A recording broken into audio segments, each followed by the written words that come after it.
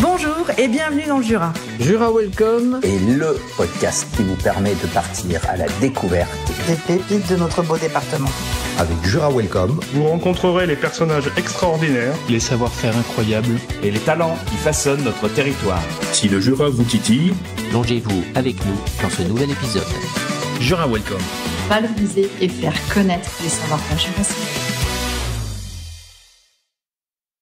C'est parti. Bonjour Thierry, comment vas-tu ? Bonjour Laurent, très bien, merci. Et toi ? Écoute, super. Tu peux pas savoir comment je suis ravi de t'accueillir chez nous, sur notre site de Mont-sous-Vaudrey, dans l'une de nos maisons expo. Mais avant que nous démarrions l'échange, j'aimerais rapidement présenter le podcast aux auditeurs qui le découvrent. Jura Welcome, c'est un des outils parmi beaucoup d'autres que l'association Made in Jura développe pour mettre en avant les différents talents jurassiens. L'idée ici, c'est d'accueillir celles et ceux qui, chacun à leur échelle et chacun dans leur domaine, font ce que le Jura a de meilleur et de plus singulier.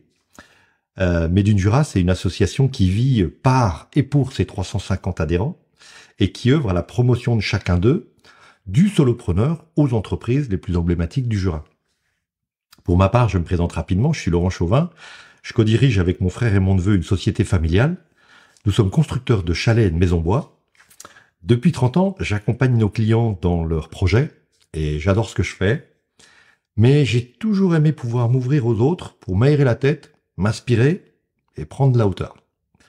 Pour faire ça, j'ai toujours eu un pied dans l'associatif professionnel et ça fait maintenant quelques années que j'ai la chance d'être l'un des 4 coprésidents de Made in Jura. C'est ce qui me donne aujourd'hui l'opportunité de recevoir des gens comme toi.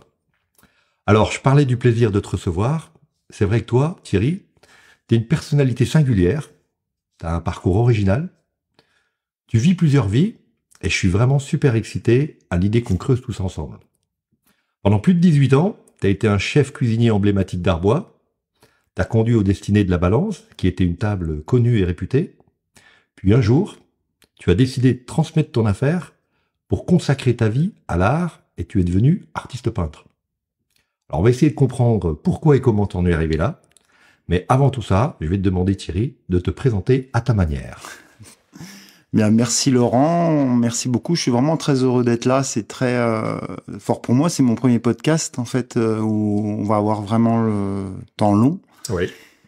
Je suis aussi très heureux parce que Made in Jura, je suivais quand j'avais le restaurant, et puis là, je me suis remis à Made in Jura en tant qu'artiste peintre. Alors, on pourra en parler. C'est un vrai choix d'être en lien avec On va en parler, je te rassure.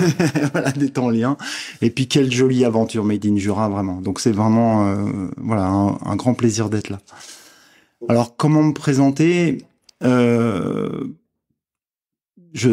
C'est toujours difficile. Enfin, ce qui est important aujourd'hui, c'est que je suis artiste peintre. C'est vrai que je pense que je suis à l'état de réalisation qui me parle le plus aujourd'hui à travers plein de choses merveilleuses que j'ai faites, mais je crois que c'est l'instant T et le bonheur d'être là, simplement. Ok, écoute, je te remercie. Alors, 2 petites remarques pour ceux qui découvrent le podcast. On nous fait régulièrement des retours sur la longueur de ces podcasts, sur le temps long, ce fameux temps long. C'est clair que l'audio est complètement différent de tous les autres médias où papier, image, on est dans l'immédiateté et dans le sensationnel, là où l'audio nous permet d'aller beaucoup plus en profondeur et d'établir un peu ce climat de confiance. L'auditeur a juste l'impression d'être assis à côté de nous. Donc ça, je trouve ça vraiment très sympa. Voilà. Et écoute, tu parles de l'instant T. Moi, ce que j'aimerais, c'est pour que l'on parle de l'instant T, on revienne quand même à un temps T moins quelques années. Donc, tu es originaire d'où ? En fait, je suis originaire de Mion. Mion, c'est la vallée du Lison. C'est au-dessus de Salins-les-Bains, c'est près du Mont-Poupet. Je suis originaire, mes 2 parents sont de là-bas, dont du côté de ma maman, la famille Marle et l'hôtel Marle à Mion, qui était un hôtel de plusieurs générations que mon oncle et ma tante tiennent toujours aujourd'hui. Et c'est là où j'ai eu mes premiers contacts avec la restauration. avec, je dirais, des premiers contacts ou des souvenirs d'enfance à la fois magiques et à la fois, t'arrives le dimanche, on te donne un petit dessert, puis au fur et à mesure où tu manges le dessert, il y a un torchon qui t'arrive sur l'épaule et tu fais la vaisselle le reste de la journée pour avoir mangé un dessert. Mais et puis ces auberges qui sont extraordinaires où où les gens vivent à l'intérieur de leur lieu. Donc voilà d'où je suis originaire. Voilà, la question était de dire qu'est-ce qui t'a amené à la cuisine. Je crois que j'ai la réponse, c'est super. Mais à partir de là, du torchon du dimanche après-midi, quelle formation tu as suivie pour... En fait, je suis pas du tout, au départ, justement, à cause de ce torchon de l'après-midi, il n'était pas question de faire ce métier-là. Enfin, pas qu'à cause de ça, parce que mon papa aussi mon père était d'origine agricole. Et donc, moi, j'ai commencé à faire une formation agricole, en fait. Je suis allé en lycée agricole, parce que mon rêve, c'était de travailler dans l'agriculture. Dès l'âge, alors ce serait plus possible aujourd'hui, ce que je trouve dommage, mais dès l'âge de 12 ans, donc en fin de 5e, mes parents connaissaient les agriculteurs et j'allais un mois dans les fermes sur 2.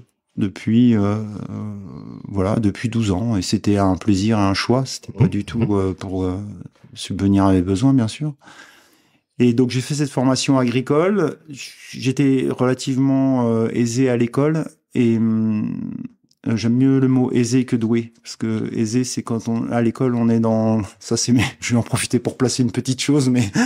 C'est le but, franchement. Voilà, je trouve qu'il faut pas parler de doué, il faut parler d'aisé, puisque l'école, c'est un milieu particulier où, en effet, si on a le schéma mental pour y être, on peut être très aisé. Mais on n'est pas forcément plus doué que quelqu'un qui va faire quelque chose avec ses mains à côté. Voilà, qu'on n'est pas capable, nous, de faire. Donc, j'étais aisé, donc on m'a emmené plus vers des études supérieures, la prépa agronomique, une prépa pour être ingénieur agro, et en particulier, j'étais très atterré par la génétique. Et parce que ça reliait, j'avais quelques facilités. Et en fait, pendant cette prépa, j'ai eu la chance d'avoir une prof de français qui nous a fait écouter des textes du professeur Laborie qui remettaient en cause le fait de ne pas toucher, c'était dangereux de toucher à la génétique. Et moi, dans le milieu agricole, on était vraiment dans une formation productiviste de la génétique et j'ai eu très peur. Et donc là, je me suis retrouvé, j'ai un peu désarmé. Il y avait aussi des phénomènes de mes parents séparés. C'était un peu une période complexe. Et donc, j'ai arrêté mes études et j'ai fait ce qui s'appelait à l'époque, à la place du service militaire, une objection de conscience dans une association d'animation rurale. Et pendant ces 2 ans, j'ai eu la chance de faire des projets autour du théâtre. Après, je suis allé sur le théâtre. J'ai eu la chance d'être dans une compagnie professionnelle, une petite compagnie professionnelle, mais où j'ai appris beaucoup de choses. C'était du théâtre gestuel, donc la précision du geste. Le fait d'être sur scène, on s'excuse pas, on continue. Quand on se trompe, on continue. Il y a une sorte de choses que je vais utiliser énormément après pour expliquer ce vers quoi je veux aller à mon équipe dans le restaurant. Et donc, c'est tout cet apprentissage-là. Et puis, à un moment donné, je me rends compte que je suis pas vraiment fait pour ça. Il n'y a pas trop de stabilité. Et je croise quelqu'un qui travaille sur le ressenti et qui me dit, mais la cuisine, et là, je cuisinais beaucoup pour moi, j'aimais ça. Et là, je suis allé refaire mes classes 2 mois chez mon oncle qui m'a dit, mais vas-y. Et j'ai passé mon CAP formation pour adultes. Et là, l'aventure a commencé, j'avais 23 ans. À l'époque, on était en région parisienne. On est revenu sur la région. Et puis après, c'était parti, en fait. D'accord, donc on va dire que ton maître a été ton oncle. Tu as eu d'autres mentors, guides, des modèles, des gens qui t'ont inspiré? Alors, des modèles, des gens qui m'ont inspiré ou plus des gens que j'ai croisés, en fait. C'est-à-dire que les gens, j'ai un modèle c'est les gens qui font du solitaire à la course au large. Ça pour moi c'est des modèles. À l'époque c'était Bruno Perron et puis après il y a un autre modèle qui viendra dans la partie artistique qui s'appelle Fabienne Verdier, qui est une peintre calligraphe française qui a allé 10 ans en Chine et qui a fait un livre La Passagère du silence, et c'est ce livre qui m'a transformé ma vie, en fait. Écoute, on mettra les références de ces bouquins et on reviendra effectivement sur cette deuxième partie artistique. Maintenant, si on revient, d'où t'es venue cette envie et cette idée d'avoir ton propre restaurant? Ça a toujours été. C'est-à-dire que c'était avec... donc, j'ai rencontré, donc c'est extrêmement important, je suis avec ma femme depuis l'âge de 19 et 18 ans. Et donc ça a toujours été d'être autonome, voilà, d'avoir notre propre projet ou mon propre projet. Et ça s'est dessiné après qu'en fait c'était plus moi qui avais envie de monter un projet qu'elle, mais on a toujours eu cette envie, même si elle m'a accompagné et sans elle j'aurais pas pu vivre les choses comme je les ai vécues ou comme je les vis aujourd'hui d'ailleurs. Ouais. Mais c'était vraiment quelque chose d'ancré. Donc après c'est un cheminement, on décide du jour au lendemain de revenir sur la région, parce qu'en fait, donc je suis originaire d'ici, mais Séverine n'est pas du tout d'ici. Nous, ce qu'on voulait, c'était partir de région parisienne. Et quand on venait ici, on venait uniquement pour raison familiale. Donc là, la famille, ça lui disait pas trop, parce qu'on était plutôt du genre à essayer de vivre notre vie à nous. Et par son travail, elle était animatrice à l'époque, et elle a eu l'occasion de venir sur la région, et elle m'a dit, mais c'est quand même très beau, est-ce qu'on y va? Et on a tout claqué, on est venu. Enfin, on avait juste une maison sans chauffage, mais on y est arrivé. et donc, est-ce que tu te rappelles de ton premier jour d'ouverture? Voilà. De restaurant? Du restaurant. Oui, en fait, donc le restaurant est né suite à une formation sur les vins. Ouais. À l'époque, à l'Institut des vins du Jura, au Château Pécaud. Et parce que j'avais fini un cycle de travail dans un petit restaurant où j'étais seul cuisinier, et j'avais contact avec la clientèle, et je me rendais compte que les gens pensaient que, en tant que cuisinier, tu connaissais les vins, ce qui n'était pas du tout le cas. Voilà. Et donc, je me suis dit, bon, en plus, la fin de l'histoire était un peu complexe avec mes patrons. Et je me suis dit, bon, je reviens, on était parti en voyage avec Séverine, en voyage de noces, et on était un mois et demi 5 semaines en Équateur. Et je reviens, et je vois cette formation, j'ai pas envie de rattaquer tout de suite en cuisine. Et donc, je me dis, bon, ben, je vais aller voir. Et en fait, il passait, quand on laisse des espaces ouverts, il y a toujours des choses qui se passent. Et j'arrive, évidemment, je regarde la formation, les sélections étaient le lendemain, donc je vais aux sélections, je suis pris, donc je vais en formation sur les vins, et c'est de là qu'est né le projet de faire un restaurant à Cormez-et-Vins, parce qu'il n'y avait rien qui se faisait. Et donc le fameux premier jour, oui, je m'en souviens, parce que en fait, j'ai eu un accident de voiture la veille. Ouais, je comprends pourquoi tu t'en souviens. J'ai ouvert, en fait, j'étais à l'hôpital, et il me dit non, on peut pas vous laisser partir. Et j'ai dit si, il faut me mettre une Minerve. Et ouais, j'avais rien, c'était juste de l'observation, et on a ouvert le lendemain. Et on avait ouvert de manière particulière parce que j'ai ouvert mon restaurant, donc j'ai monté un projet à l'époque, c'était en francs, 1,5 million de francs, j'avais 10 000 francs. Donc il a fallu avoir des idées. Ouais, c'est un sujet qu'on va, voilà. Moi, il y a un point sur lequel on reviendra, mais ça, c'est un sujet qui m'intéresse parce que ce podcast, j'espère qu'il est écouté par tout un ensemble de gens, mais notamment des entrepreneurs. Donc, effectivement, partir sur un projet à 1,5 million en ayant 10 000 euros en poche, c'est quand même quelque chose d'assez particulier. Donc, dis-nous un petit peu comment tu as monté ça. En fait, il y a eu une très belle rencontre qui est Nicolas Vizier, quelqu'un qu'on a un peu oublié, mais qui était vraiment à la base de beaucoup de choses qui se passent sur les vins du Jura aujourd'hui, dont la première percée, qui était le directeur technique, entre guillemets, du... Alors, je te coupe, hein, mais Nicolas est un ami. Dans la génial. où après sa vie dans le Jura, il a basculé dans les Pays de Loire au niveau de l'industrie du bois. Il l'est toujours. Et donc, il a été aussi un artisan du développement du Carrefour du Bois de Nantes et du Salon de la Maison Bois d'Angers. Donc, nous, on l'a rencontré dans sa vie postérieure à celle du Jura. Donc, génial. Coucou à Nicolas, ça nous permettra de lui faire passer le lien de ce podcast. Donc, c'était quelqu'un... Et il m'a dit une chose très bête. Il m'a dit, ce qui paraît aujourd'hui évident avec le crowdfunding, mais il m'a dit, mais écoute, il y a des gens qui ont de l'argent, ils savent pas quoi faire de leur argent. Donc, les banques vont leur proposer de gagner plus d'argent. Toi, propose quelque chose où les gens amènent quelque chose où les gens vont vivre avec ton projet. Voilà. Avoir du sens dans ce qui, dans l'argent. Voilà. Et l'idée, j'ai la chance de me débrouiller en maths, donc de me promener avec les chiffres assez facilement.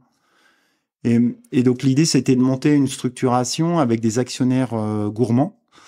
Et en fait, il y avait un apport de 1 000 euros 1000 francs, c'est en francs à l'époque, 1000 francs et 9 000 francs en compte courant. C'est-à-dire qu'il y avait très peu d'apport en capital pour rester maître chez moi. C'était un statut de SARL. Et la rémunération, c'était des intérêts gourmands. Il n'y avait pas de rémunération d'argent. Donc en fait, les intérêts gourmands, c'était quoi?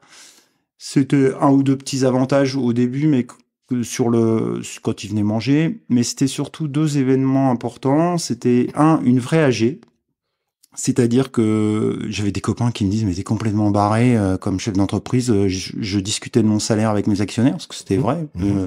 Je leur expliquais tous les problèmes que je pouvais avoir de gestion d'équipe, de choix, etc. C'est-à-dire de faire une vraie AG avec des gens qui n'ont pas du tout le profil entrepreneur, qui étaient là parce qu'ils trouvaient ça rigolo, mais qui se sont pris au jeu. Avec quelques fois, il y a eu des questions un peu gênantes, mais c'est le jeu. La transparence totale. C'est le jeu, oui. C'était le jeu. Puis j'ai eu la chance dans mon parcours d'animer des réunions dès l'âge de 14 ans, donc c'était pas quelque chose qui me faisait peur d'animer des gens, même si j'étais avec des gens beaucoup plus âgés que moi, plus expérimentés que moi. Et donc ça a été ça. Et puis l'autre chose, c'était une soirée. C'est pas venu tout de suite, c'est venu un petit peu après.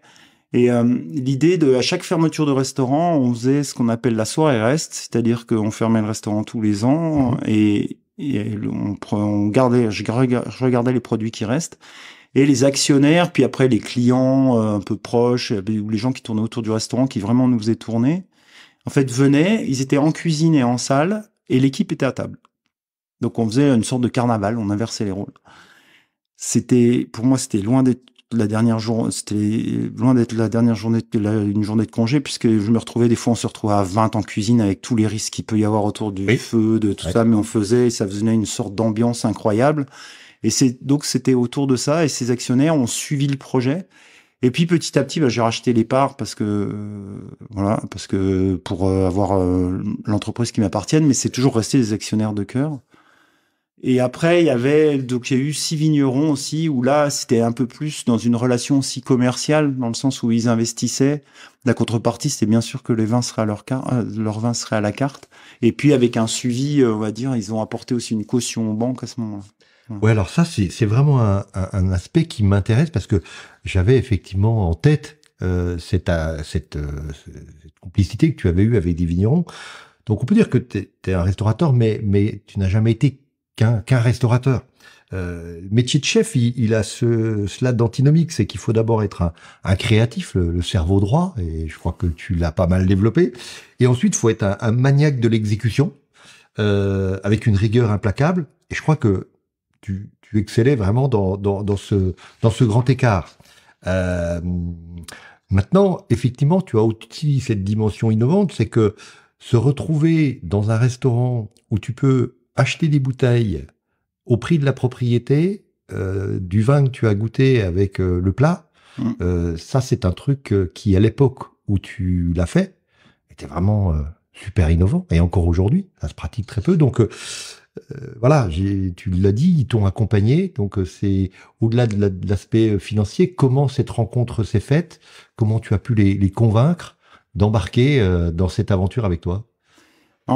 C'était suite à la formation, donc j'avais déjà pas mal de contacts, j'avais une sensibilité au vin, et puis je crois qu'il y avait il y avait une attente parce qu'il y avait rien à l'époque autour des vins du Jura. Je pense que j'ai démontré, je sais pas, mais ça m'a fait vibrer la Cormez et Vins vraiment, et je me suis rendu compte vraiment il y avait rien en fait. Je veux dire, il y avait historiquement il y a toujours eu un lien très fort, que ça soit entre le papa Genet était aussi meilleur sommelier de France. Jean-Paul était aussi passionné, connaissait les vins, mais ça partait pas du vin pour faire le plat. Ouais. Ça se faisait pas à l'époque. Et encore aujourd'hui, il y en a qui disent qu'ils le font, c'est souvent une démarche intellectuelle. C'est un peu plus mes recherches d'aujourd'hui sur ce qu'elle est, parce que j'ai évolué dans ma méthode de dégustation au fur et à mesure du temps, et aujourd'hui, je me rends compte, en fait, que ça demande vraiment de rentrer dans quelque chose d'intime avec la matière, d'intime avec le vin, et que souvent on a une approche intellectuelle du vin, surtout en cuisine. Et je trouve que ce qui était important, c'était ça. Il y avait cette sorte de vibration. Puis ils se demandaient d'où je venais, le fait de vouloir mettre des gens ensemble pour montrer sa propre boîte, eux qui montraient leur boîte eux-mêmes. Oui. Et en même temps, on est le Jura. Le Jura, on s'entraide.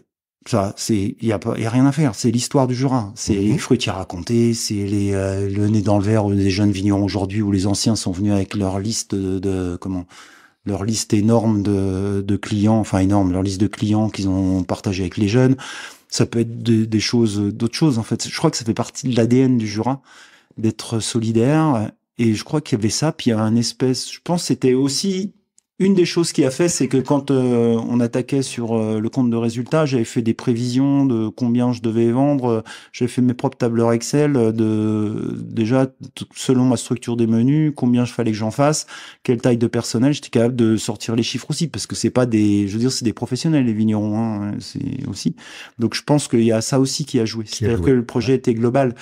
Il y avait un côté rêve et un côté très terre à terre et paysan, ouais, de dire voilà, tout à fait. Ok, on n'y va pas pour rien. Ok. Alors bon, chaque cuisinier a son savoir-faire.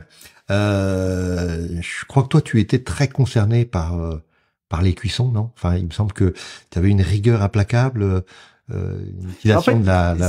C'est marrant parce que cette image, t'es pas le premier à me dire la rigueur. En fait, moi, j'ai de l'exigence, j'ai aucune rigueur. Alors, je fais exprès. Aucune, c'est pas vrai. Mais je vais t'expliquer pourquoi. C'est-à-dire que ce qui a amené aujourd'hui, c'est surtout, moi, ce qui m'intéresse, c'était le process. C'est-à-dire l'honnêteté non pas le processus, mais le process. C'est-à-dire comment est-ce qu'on est dans quelque chose, présent à ce qu'on fait, et qu'on est complètement dans ce qu'on fait. On se trompe, tant pis. On assume. On offre le plat, on offre le truc. Mais on ne met pas en place des processus avec un thermoplongeur qui va te dire la température de cuisson, elle est comme ça, dans un sac sous vide, et puis après, on marque le truc et on assemble. Mon piano, c'était une grande plaque de fonte, à gaz, pas à bois, hein, mais c'était le même principe, que des cocottes en fonte, que des poêles en fonte, et tout était au visuel, au toucher, parce que, pareil, je suis très vite sorti du cuisinier qui goûte, parce qu'en fait, on n'a jamais le même goût au long, et j'ai assumé qu'un plat soit différent en début, en fin de service, qu'il soit différent suivant l'heure où tu le fais, et que tu dois ressentir qu'est-ce qui se passe dans ta salle, et tu cuisines par rapport à ça. Et non pas par rapport à toi, ce que tu as défini dans ton goût, qui est le tien, le plat. Donc en fait, si tu veux, la rigueur, entre guillemets, elle est sur l'exigence. Elle n'est pas sur l'image qu'on peut avoir tous les, je pense, les apprentis avec qui que j'ai formé pour en parler, ou les gens avec qui j'ai travaillé. L'idée, elle est de mettre les gens en situation de confiance, mais d'exigence, mais pas avec une sorte de coup près. C'est surtout ça que j'ai essayé de sortir, en fait. Voilà. Bah écoute, moi je vais te dire, j'ai une anecdote, alors tu t'en souviens certainement pas, hein, mais je suis venu chez toi un samedi soir avec un couple d'amis, et souvenir d'une volaille au vin jaune, hein, donc forcément j'en ai encore les papilles, là tu vois, c'était le marqueur de la maison je crois, hein, oui. Mais bon, voilà, samedi soir, salle pleine, et je suis avec un ami qui travaille chez Seb, et puis vient le moment où effectivement, fin de service, tu sors pour faire le tour des tables. Alors, ça peut avoir un côté très marketing chez certains, hein, voire même un peu égocentré. Chez toi, il y avait vraiment une réelle empathie et vraiment une écoute et avoir le feedback de ce que les gens avaient ressenti. Je trouvais ça franchement assez génial. Alors, forcément, la discussion vient assez rapidement à tourner autour des casseroles parce que mon ami étant chez Seb, et puis là, on découvre un passionné qui nous propose d'aller visiter sa cuisine. Alors là, pour moi, c'est vraiment, je suis un cuisinier plus qu'amateur, mais j'aime bien ça. Mmh. C'est vraiment, on me propose de rencontrer Zinedine Zidane, quoi. Enfin, je veux dire, je rentre dans la cuisine de Thierry Moine, et là, et petit détail, c'est 23h30, et le lendemain, tu fermes pour les vacances. Donc, je veux dire, tu pourrais avoir d'autres chats à fouetter ou juste l'envie de dire...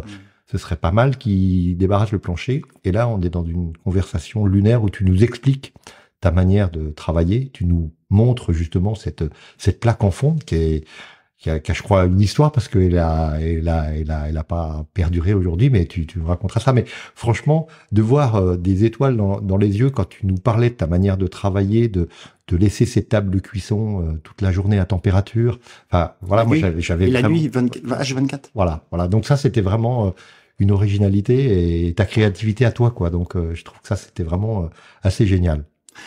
Merci. C'est vrai que, si tu veux, je vais être des fois un peu dur avec mes anciens collègues, mais maintenant que je suis plus dans la partie, je peux le dire. Moi, j'aime pas le pouvoir des vestes blanches, si tu veux. Quand les chefs, je trouve qu'on est restaurateur. Chef, c'est l'individu qui est artiste. On va dire, c'est comme c'est comme un acteur dans un film. Mais c'est pas le réalisateur. Le réalisateur, c'est le restaurateur. Et ça, c'est ce qu'on oublie. Et donc, quand je vais en salle, À la fin, c'était plus facile. Moi, au début, je m'en suis pris beaucoup parce qu'on a fait des choix. J'ai toujours fait des choix assez radicaux à des éleveurs, en assumant de pas avoir des fois des cuissons qui correspondent pas au code, enfin des choses comme ça. Ou une époque, on en parlera peut-être, où j'avais arrêté de travailler avec le sel, j'avais baissé, voire annulé le sel. Des choix. Et en fait, d'aller en salle, c'était d'avoir les retours. C'est de comprendre, de ressentir. Et puis surtout, c'est aussi rassurer mon équipe de salle. C'est-à-dire, qui prend les salves, c'est moi. Et c'est à moi de les prendre. Et d'ailleurs, avec quelque chose qui était très clair dans l'organisation du travail, c'est que j'aimais bien ça, c'est mon concept de perso, mais de la pyramide inversée dans la communication. C'est-à-dire que pour moi, s'il y a un problème, il doit plus t'es élevé dans la hiérarchie, donc en général, plus t'as d'aisance avec la communication. Faut pas, c'est comme ça, c'est bien ou pas bien, c'est pas un jugement, c'est un fait. Donc, plus tu es, entre guillemets, et pareil, j'aime pas le mot élevé, mais plus tu as de responsabilité, donc plus tu dois être à l'écoute, et plus c'est toi qui dois faire l'effort de communiquer, puisque tu as les outils.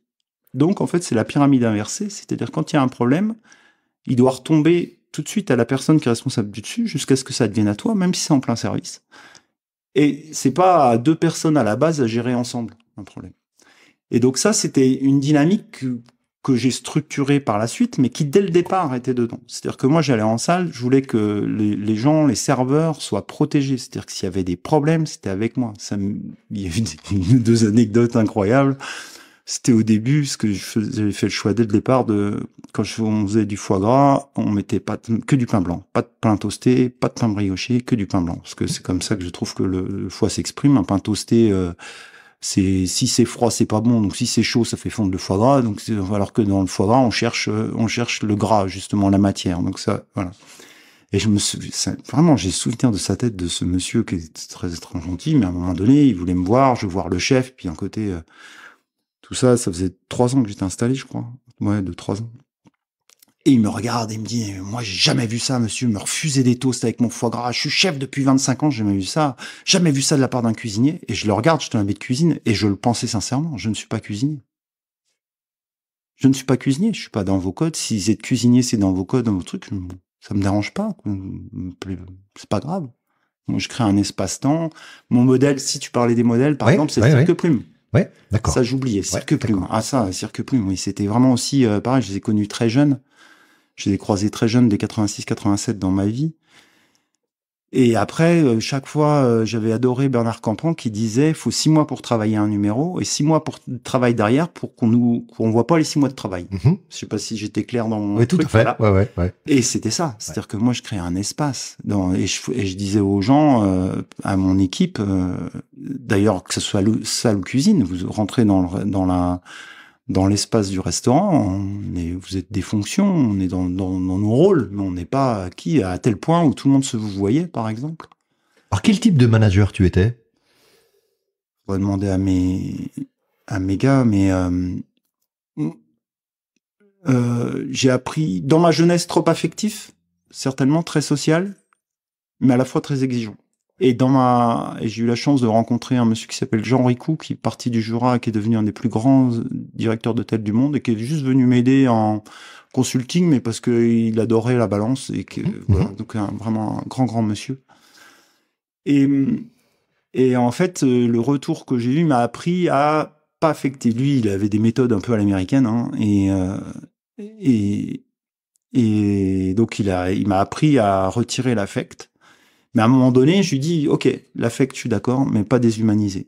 Donc, être humain, être efficace, être précis, être pointu. Donc, par rapport à l'époque, moi, très vite, pour donner un ordre d'idée sur où j'étais prêt à aller, alors que j'avais un restaurant, j'ai mis en place les 35 heures. Ouais. Donc, on comptait toutes les heures de travail, ce qui amenait à des analyses assez pointues. De quand fallait du monde ou pas du monde, parce que moi j'ai connu dans le restaurant où t'as 2 couverts puis on te dit fais rester jusqu'à 2 heures parce que peut-être il y a un quart de japonais qui va venir, on sait très bien que c'est des périodes où personne va venir, donc tu fais 2 heures pour rien, mais comme ils sont pas comptés, donc voilà. C'est aussi des choses où tu organisais le nettoyage qui s'intégrait, parce que souvent dans les restaurants tu n'intègres pas le nettoyage dans le travail, c'est juste à la fin, donc tu intègres, donc si tu intègres dans le temps de travail, ben tu dis la cuisine est petite, pas besoin d'être 2 ou d'être 3. C'est chacun nettoie son poste, puis il y en a qu'un qui fait la cuisine, et puis on fait des tours de fermeture, comme ça tu peux partir plus vite. Et après, je peux aussi parler des défauts des 35 heures. Enfin, je peux tout à fait dire la qualité qui était d'obliger d'être sur une rentabilité et de faire perdre des espaces vides. Oui. Et l'autre truc qui était une limitation d'avoir une période, d'avoir été trop enfermant dans ce truc où faut pas qu'il y ait d'espace temps mort, quoi. Tu vois, de retrouver cette souplesse. Et donc c'était ça qui ça m'a intéressant. Donc je pense qu'il y avait à la fois une volonté de faire très attention aux conditions sociales pour garder des gars et qui me permettait d'être très très élevé dans l'exigence. Par exemple, ce que je disais sur le comportement, quand je parlais tout à l'heure où les gens devaient dire les problèmes, je pouvais très vite mettre un avertissement à quelqu'un qui commençait à tchatcher entre eux d'un problème sans le problème monter. D'accord. C'est-à-dire qu'il y avait, pareil, on était sur le vouvoiement, les gens se tutoyaient hors du travail, ça me dérangeait pas, c'était tout le monde vouvoiement et prénom. Comme je leur disais, des jeunes qui arrivaient, qui me disaient chef, je dis, vous n'avez pas besoin de me le rappeler, je le sais, et si vous le savez pas, il va y avoir un problème. Donc c'était la base. Et après le vouvoiement, pourquoi? Parce qu'on a un métier d'affect, que ce soit ou cuisine ou la plonge, peu importe, on y met tous du cœur au moment où on y met. Et il faut savoir qu'en plein service, quand il y a la pression, on se donne des ordres les uns aux autres constamment. Et quand tu dis si c'est à un moment donné où tu as un bon qui t'arrive, un truc, c'est pas le bon moment que tu reçoives là, que ce soit dans un sens salle cuisine ou à la plonge, peu importe. Si tu dis, si t'as un moment où t'es un peu en danger, si on te dit à ce moment-là, alors que ça te rappelle que, ah oui, c'est pas grave. Juste, il me donne le... Et ça, cette idée-là, elle était venue c'est Bruno Perron, parce que les frères Perron, il y en a plusieurs. Oui, il y en a Perron. Les Perron, il y en a pas mal, mais c'est Bruno Perron, j'avais lu son truc, j'avais adoré, il disait, alors il se tutoyait sur le bateau, bien sûr, parce qu'il partait comme ça, mais par contre, il imposait à chaque manœuvre le s'il vous plaît, merci. Et ces gars témoignaient, il disait, au début, il nous faisait, on va passer les mots ici, mais vraiment, il disait bien crûment, clairement, comment. Voilà, c'était, voilà, et en fait, il racontait après, pendant les 40e ou les 50e rugissants, il dit comme c'était important.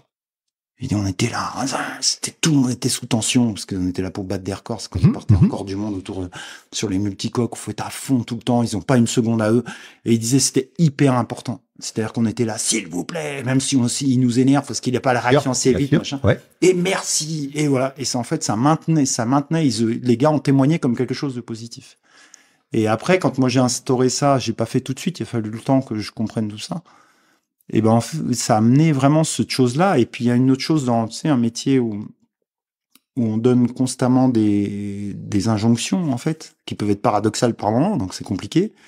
Et si tu fais ça fait comme une sorte de mitraillette, tu. Et si tu fais vous, ça fait et donc on y va, on glisse, allez hop. Et voilà. Très beau, très beau, très beau. Donc, je crois que la formation, la transmission a toujours été un peu au cœur. Enfin, comment tu as amené des gens à ce métier, comment tu as fait qu'ils y restent, justement, ce côté social qui est quand même assez sidérant dans ton métier. On le décrit encore aujourd'hui en 2024, mais là on parle d'une époque qui est bien avant Covid. Donc voilà, transmission, formation, comment ça rime à tes yeux? Déjà, j'aimais bien prendre des jeunes que les gens voulaient pas. Ça faisait partie des parcours. Je trouve souvent c'était des jeunes pas toujours faciles, ou des gens, j'ai eu des gens en insertion aussi. Et ça, c'était vraiment quelque chose d'assez que j'ai trouvé extrêmement intéressant, parce qu'on avait une matière à faire, il y a de la matière à travailler. Donc c'est facile d'emmener des gens quand on a de la matière. C'est plus difficile de les emmener par l'intellect, je trouve. Et puis après, j'avais des process très simples, en fait. C'est-à-dire par exemple, il commençait le premier truc, c'était d'être capable d'éplucher une caisse de carottes. Et tant que tu n'étais pas capable d'éplucher la caisse de carottes en temps et en heure, si on avait besoin, ou d'un légume, peu importe, ou une caisse de pommes, on passait pas à autre chose. Mais après, la caisse de carottes, quand tu n'avais pas fini à l'heure, tout le monde venait aider pour que tu les finisses. C'était pas une punition.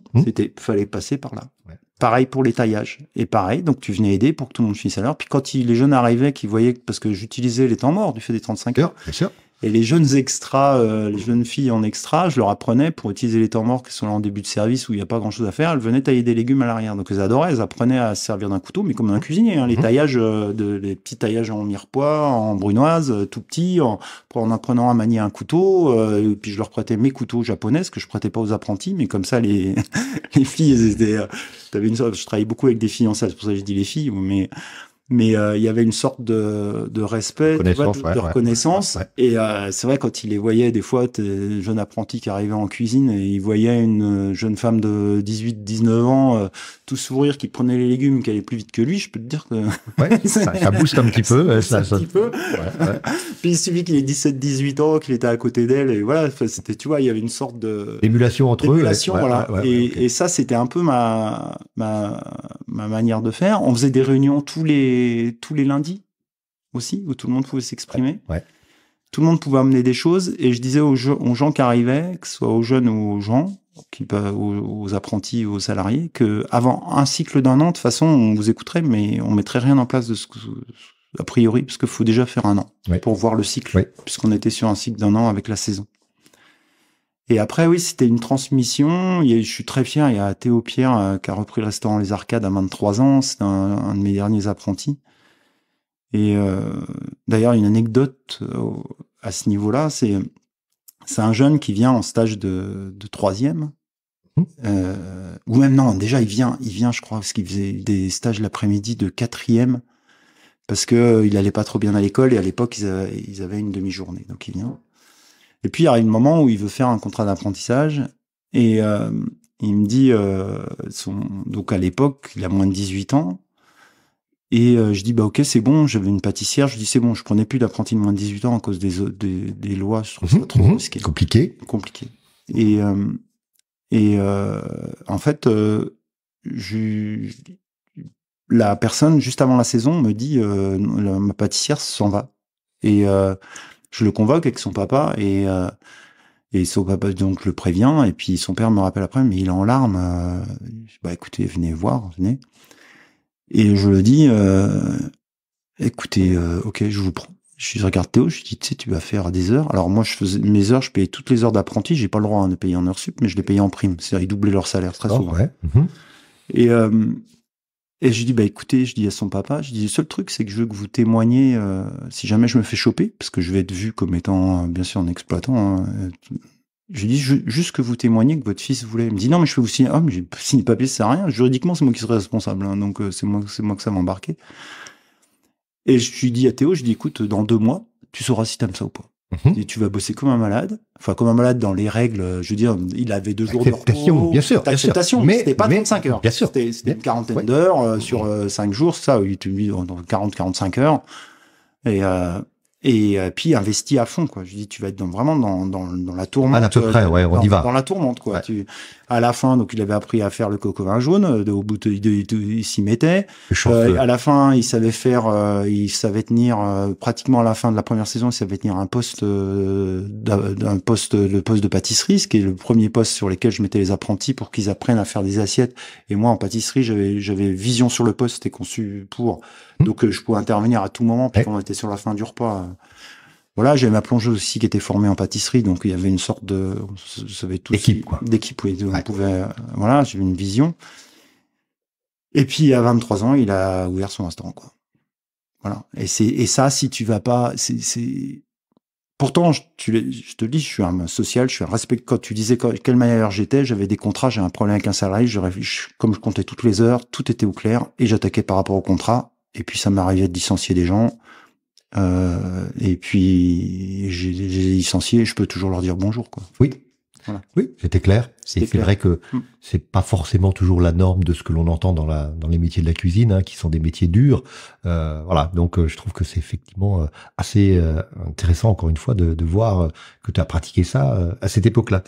Alors, t'es cuisinier, t'as une vie parfaitement rythmée, ton affaire marche, t'es reconnu par tes pairs, le balai est bien réglé, et là, tu décides de passer à autre chose. Alors, d'où ça vient, pourquoi et comment? Parce que ça, le processus du changement, ça m'intéresse. Être capable, comme ça, en pleine vitesse, de pouvoir dire, bah, je vais faire autre chose. Alors...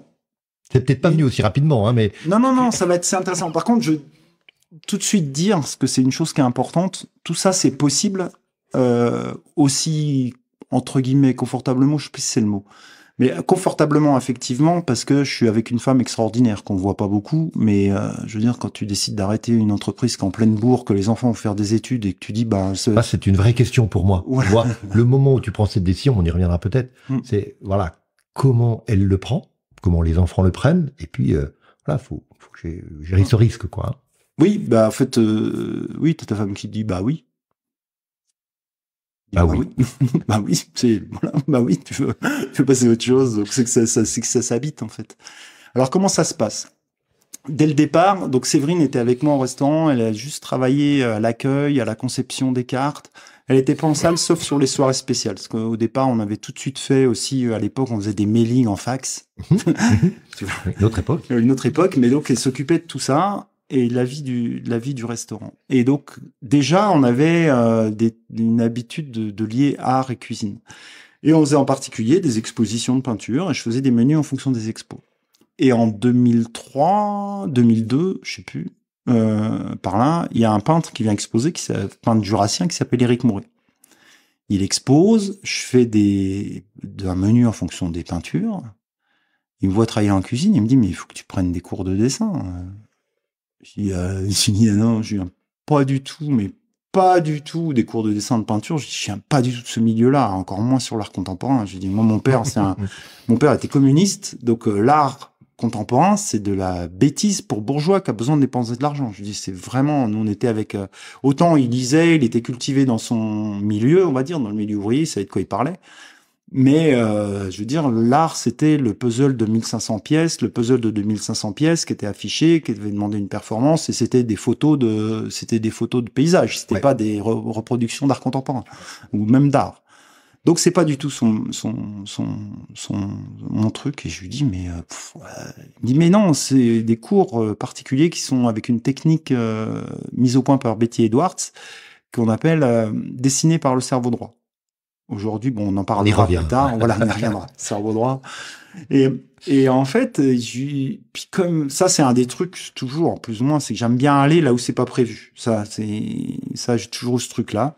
Donc, je prends des cours, quoi. Évidemment. Donc, mais en plus de la cuisine, oui. De la cuisine. Oui. Okay. Donc ça, je m'organise. Tu fais ça quand, comment En fait, il y a une chose qui est importante par rapport, ayant vécu la cuisine comme étant dans la vie familiale, moi, le premier truc, ça a été de séparer. C'est-à-dire que je n'habite pas où je travaille. Et quand je sors, on en reparlera après, ce qui aujourd'hui est un gros changement pour moi, quand je sors, c'est terminé. Donc, si je travaille 12 heures, il me reste quand même 12 heures. Sachant que j'étais pas un gros dormeur à l'époque, il me reste quand même du temps. Et une des choses qui était fondamentale, c'est d'emmener mes enfants à l'école et d'aller les chercher à l'école. Ouais. Donc, je faisais le 4h30-6. Donc, entre 14h30 et 16h, je pouvais aller prendre des cours. D'accord, ok. Et donc, ça, c'est vraiment un événement important. Et pour l'anecdote financière, je me souviendrai toujours, j'ai eu une année très difficile en 2001. À l'époque, les 3e années étaient fondamentales dans les entreprises. Et mon banquier m'appelait et je lui dis, je me souviens, il m'appelle à un coup où je faisais ma sieste chez moi. Et je lui répondais pas le matin au téléphone, j'avais autre chose à foutre. Voilà. Il fallait que je remonte ma boîte. Et il me dit, oui, mais vous me répondez pas le matin. Je dis, le matin, je suis en plein travail. Mais je lui dis, mais si vous m'appelez chez moi, pendant ma pause, que je dors, vous croyez quoi? Vous croyez pas que je me lève pas tous les matins en regardant mon relevé bancaire, en sachant où j'en suis? Vous croyez quoi? Et vous allez faire quoi, là? Vous allez m'appeler? Mais si vous me dérangez pendant que je dors, c'est sûr que je vais jamais y arriver. Il m'a jamais rappelé et j'y suis arrivé.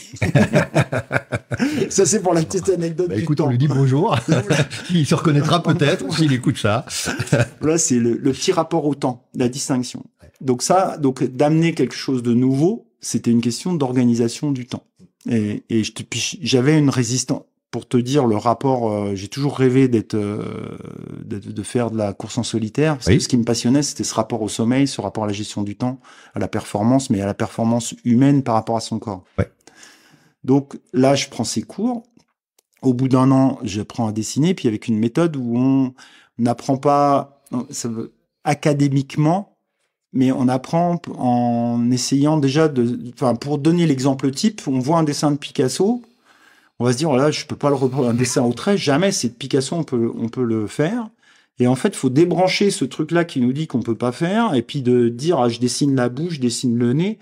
Et en fait, on met le dessin à l'envers, et là, on dessine que d'un trait par rapport à l'autre. C'est-à-dire, on s'occupe des proportions du trait. Est-ce qu'il va en diagonale? Est-ce qu'il est rond? Est-ce que telle taille de trait par rapport à telle autre?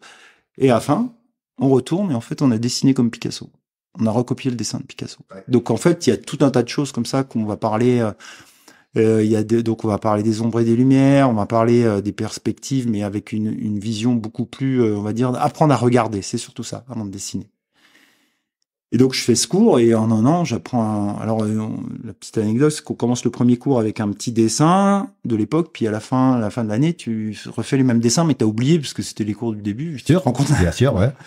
Donc, et ça, c'est quelque chose qui joue sur la créativité. Et je commence à avoir des élèves. Donc, on travaille sur l'idée, c'est de développer la créativité à travers le dessin. Le dessin, l'observation précise et l'observation du réel. Tu fais ça à l'époque pour améliorer ta cuisine ou pas du tout? C'est vraiment quelque chose que tu as envie de travailler à côté. Enfin, c'est quoi qui t'amène là? En fait, il y a une chose, si tu veux, que je commence à me rendre compte aujourd'hui, alors que je suis un grand mental souvent et très anxieux. Mais en fait, je me laisse porter par le vent. C'est-à-dire que là, il y a quelque chose qui se passe, j'y vais. C'est une belle rencontre. C'était vraiment c'est encore, parce qu'il est vivant, Eric, bien sûr, mais on a moins de contact maintenant.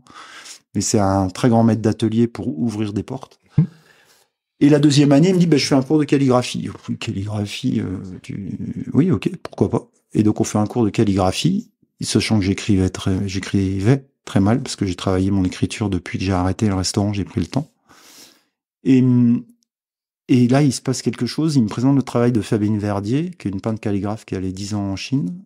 Et je lis le livre qui s'appelle La Passagère du silence, où elle témoigne de ça. Et là, je rentre dans un univers, mais qui me parle, mais c'est des vibrations, quoi. Et qui rejoint ma cuisine en même temps. C'est-à-dire de pas être... si tu veux, à mon époque, un cuisinier, ça doit bien savoir cuire et bien savoir saler. Donc, tu disais la rigueur et la maîtrise. Oui. Et là, on te parle de lâcher prise. Mais en même temps, un lâcher prise, pour arriver à lâcher prise, faut travailler beaucoup. C'est-à-dire, c'est pas, contrairement, et Eric l'enseigne très bien, ça. Et, c'est-à-dire que c'est pas, le don n'existe pas. Enfin, le métier de Sylvie Betty Edwards s'explique bien qu'on apprend à dessiner comme on apprend à écrire. Donc, après, c'est des expressions différentes. Tu peux aller plus ou moins loin suivant qui t'es, mais le don n'existe pas. C'est juste un développement. Et là, maintenant, je m'intéresse beaucoup aux neurosciences, sur la créativité. C'est vraiment comme tu peux développer ta mémoire, en fait. Tu développes ta créativité. Voilà, c'est un travail. Et puis dans ce livre, elle parle, donc ça m'attire. Je vois, c'est donc le seul bouquin que je donnais à mes apprentis pour te demander de la formation. C'était un livre d'art d'elle qui s'appelait Entre terre et ciel, où on voit juste des gestes. Et c'est le seul bouquin de cuisine que je leur donnais pour apprendre à voir le beau et puis utiliser. Donc c'est des gestes on travaille sur le geste dans la présentation des assiettes. Et de mon côté, je me dis mais il y a cette rigueur. Alors elle est allée. Donc, faut imaginer une jeune femme française qui doit aller voir un vieux calligraphe en Chine où ils sont plutôt un peu planqués avec le régime communiste, puisque c'est des savoirs très anciens. Et il faut qu'elle arrive à convaincre. Et en fait, le maître lui dit, écoute, elle insiste déjà à arriver à le voir, lui dit, écoute, fais-moi des traits droits pendant 1 an. Et tous les jours, elle va faire ses traits, elle amène ses traits. Au bout d'1 an, il n'en revient pas, il lui dit, oui, tes traits commencent un peu à vivre, puis après, il y a tout l'accompagnement. Et moi, je me dis, mais comment je vais faire cet A16, tu vois, avec le truc du restaurant. Et là, j'ai dû au fait d'avoir travaillé sur la créativité, mais je me dis, mais c'est pas dur. Enfin, c'est pas dur. J'ai l'idée de faire un petit geste avec du vinaigre balsamique réduit sur chaque assiette, sur chaque côté, sans que les gens savent, mais un geste différent. Et donc, avec cet A16-là, donc je fais entre 100 et 150 gestes par jour, et avec comme quoi je dois être présent 1 demi-seconde quand je le fais. Je n'ai pas besoin pour longtemps, mais je dois être présent. Ouais. À tel point, on en revient sur la qualité que j'avais de relation avec mon équipe, où là, il n'y a aucune protection possible. C'est-à-dire que s'il y a 100 couverts, qu'on est à plein de bourres, que machin, et que je commence à poser mes assiettes, et que je fais mes gestes sans faire attention, j'emmène les assiettes à la plonge, je les mets à la poêle. Ça repart à zéro. Ça repart à zéro. Il faut qu'à chaque geste, je sois présent, et je le regarde. Donc, j'en fais entre 100 et 150 par jour pendant 13 ans. Voilà. Et après, donc, il y a toute cette dimension-là. En même temps, je commence à travailler, j'évolue aussi toujours sur le vin, qui m'enveloppe. Et puis surtout, je commence à aussi développer une autre manière de créer des plats. C'est-à-dire qu'au début, donc j'ai une formation chez Topeco qui est très analyse sensorielle, vue, nez, bouche, et puis avec une importance fondamentale sur le nez. Et puis tu fais des accords mes vins, ça sent la framboise. Tiens, je vais mettre de la framboise dans mon plat. Puis la réglisse va bien avec la framboise, je mets un peu de réglisse. Ou ça sent le curry, je mets un peu de curry, un peu de... Et puis tout ça, je me rends compte qu'en travaillant sur la création, parce que je continuais aussi mon enseignement avec Eric, qui a un troisième cours, un autre cours où là on travaille vraiment sur les process de créativité et sur de l'abstrait. Et je me rends compte que je commence à créer des plats par image. J'ai envie de manger. C'est-à-dire, je goûte un vin, j'ai envie de manger. Puis je me rends compte que puis ça s'appuie sur aussi après sur un intérêt aussi pour le fonctionnement du cerveau. Je me rends compte que si j'analyse pas le vin avant, si je le bois directement, j'ai des envies de plats qui sont vraiment claires. Donc je commence à me dire le nez, pardon, parce que ça m'est arrivé plusieurs fois d'avoir le nez, de sentir un vin et puis il a des odeurs déviantes et puis en fait il est super bon en bouche. Donc j'ai commencé à boire, à boire le vin ainsi directement. Oui. Et de là viennent des images de plats. Et c'est comme ça que j'ai commencé à utiliser vraiment cette créativité en cuisine. Et donc, quand est-ce que tu prends cette décision radicale? Parce que tu t'es formé, tu pratiques au quotidien dans ta cuisine, et un jour, voilà, reprends ton... Ça va aller. Voilà.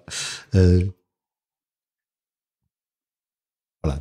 Donc, quel est le jour 1 de cette prise de décision où tu te dis j'ai envie d'aller un peu plus loin dans cet aspect de la peinture? En fait, ça se fait en parallèle. D'accord. C'est-à-dire que la peinture me permet une introspection qui reste, et la cuisine, c'est quelque chose qui sort et qui donne. D'accord. Donc ça se fait en parallèle. Et j'avance sur mon projet, et en fait, ça fait comme une sorte de carapace et une mue. Mmh.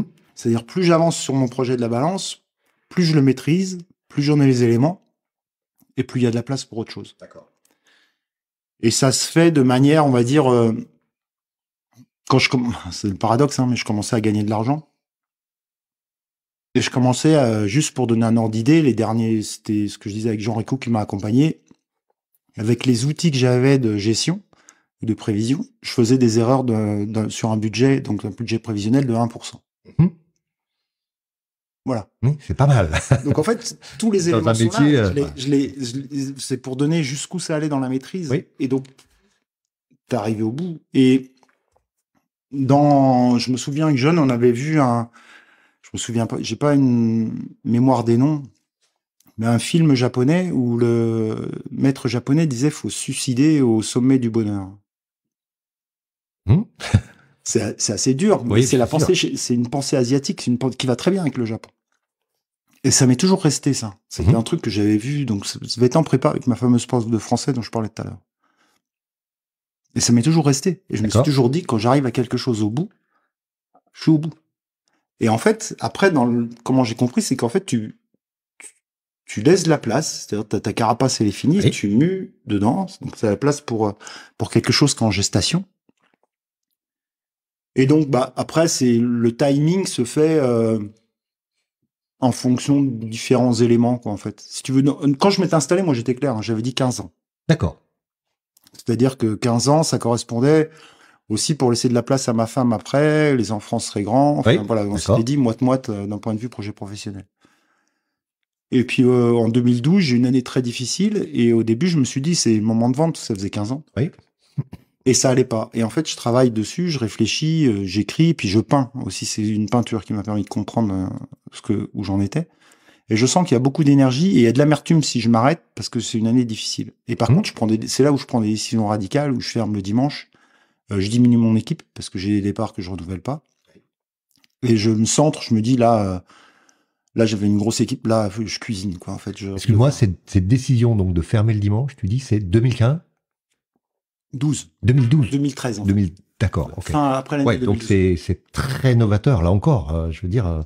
j'en ai entendu, oui. Oui, j'imagine que dans la profession, et des clients surtout, la décision n'a pas dû passer facilement. En fait. Voilà, ouais. Et puis, tu veux pas travailler, et puis, voilà, comment... Mais en fait, on fait 5% de plus de chiffre d'affaires en ayant l'équivalent de mémoire 4 emplois à temps plein en moins. Hein, oui. L'année d'après, on fait plus 12, l'année d'après, on fait plus 15. Donc, pourquoi? Parce que tout simplement, j'ai recentré mon travail. Je stabilise. J'avais des femmes seules, qui avaient des enfants. Je stabilise mon équipe. Les gens bossaient le samedi soir en restauration, c'est pas difficile parce que samedi c'est festif. Donc on termine le soir sur un service festif. Oui. Souvent il se termine tard après. Oui. Parce qu'il faut descendre. Débriefer, voilà, il faut débriefer, ouais, tout à fait. Il faut descendre. Ouais, même sans être, faut descendre. En fait, il y a l'énergie, donc tu bois un coup. Des fois ça se finit à l'aube, mais il y a plus le service du dimanche. Et puis 2 jours consécutifs et j'ai plus de rotation, ni pour moi ni pour les autres. Et moi le dimanche je suis avec ma famille. D'accord. Et donc je retrouve une énergie. Et même si des fois il me manque du monde ou parce qu'on était en équipe plus serrée, même si c'est difficile, en fait, je sais que ça s'arrête. Par contre, je n'ai jamais bossé le lundi. C'est-à-dire, je suis allé, j'avais bien sûr mes papiers en tant que patron, je faisais chef d'entreprise, oui bien sûr, ouais. Mais je faisais ma compta à la fin. Et en fait, je me débrouillais pour travailler. Et je me débrouillais, mais je savais que j'avais mes 2 jours. Donc après, ça changeait tout. D'accord. Et alors, comment tu gères le risque de lâcher ce métier que tu maîtrises, cette affaire qui fonctionne, qui te fait vivre, et où tu es reconnu pour l'inconfort et l'inconnu, quoi. Parce que j'imagine que de peindre, c'est un plaisir. Maintenant, derrière, tu l'as dit, tu as une épouse, tu as des enfants qui sont jeunes à l'époque. Donc, il y a quand même un choix. Ça me fait plaisir, tiens, quelqu'un qui me dit pas que je suis en retraite et que c'est bien. Qu'est-ce que j'en ai entendu. Pourquoi Parce que, en fait, comment tu gères, t'es mené. Moi, de toute façon, si tu veux, j'arrivais à l'âge où physiquement, comme un sportif de haut niveau, c'est soit tu passes de l'autre côté, t'es un peu coach. Rappelle-nous, 48 ans. 48 ans, d'accord. Okay. Donc, t'es à l'âge où tu sais que physiquement, puis comme je faisais mon métier complètement investi, donc les services, puis je t'ai dit, et puis j'ai pas les cuissons, je les fais, quoi. C'est pas un four qui me les fait. Et donc cuisson, poêle, le feu, la maîtrise du feu. Donc aujourd'hui, il y a des gens qui travaillent très très bien. C'est pas ça que je veux dire. C'est que dans ma manière d'être, pour moi, ce qui m'intéresse dans la cuisine, c'est la maîtrise du feu. Donc t'es en contact, donc il fait chaud dans la cuisine, t'es avec de la fonte, c'est lourd. Donc physiquement, tu sais que 48 ans, je vais pas tenir. Puis je tiens un rythme élevé. Il y a un côté festif dans le métier. Il y a tout ça. J'ai pris 15 kilos. Donc tu vois, il y a quelque chose qui fait que la santé, tu commences à te dire, même si j'avais pas de problème, tout ça, tu sais que tu vas devoir passer comme beaucoup de chefs. À un moment donné, tu passes un peu plus vers un statut chef où tu diriges ton équipe, mais t'es moins dans le faire. Donc pour moi, ce qui est complexe d'accepter ça. D'accord. D'un point de vue familial, comme je t'avais dit, on s'était dit 15 ans, là ça faisait 18, ça allait faire 18. Et donc je me dis, en fait, donc tous ces éléments en fait, j'ai pas envie de passer de ce côté-là, de ce côté chef, même si l'entreprise tourne, j'aurais pu, comme tu dis, tu vois, commercialement c'est installé, j'aurais pu tirer profit, profiter d'une image et il y a cette force qui me pousse à exprimer. Alors la peinture, c'est pas un dans le sens où plaisir, c'est complexe de dire. Pourquoi je dis dire c'est pas un plaisir, parce que en fait même si je m'arrête, le plus simple c'est pas de devenir peintre. C'est d'être installé, j'ai un capital, et je vais travailler dans un truc, la vie me passionnait, j'ai fait du boulot, je peux trouver quelque chose, si tu veux, ou de la transmission, j'en sais rien, je peux travailler. Et en fait, il y a quelque chose qui te pousse, que tu as encore quelque chose à dire, quelque chose à dire, et c'est cet élan-là. Et j'aime beaucoup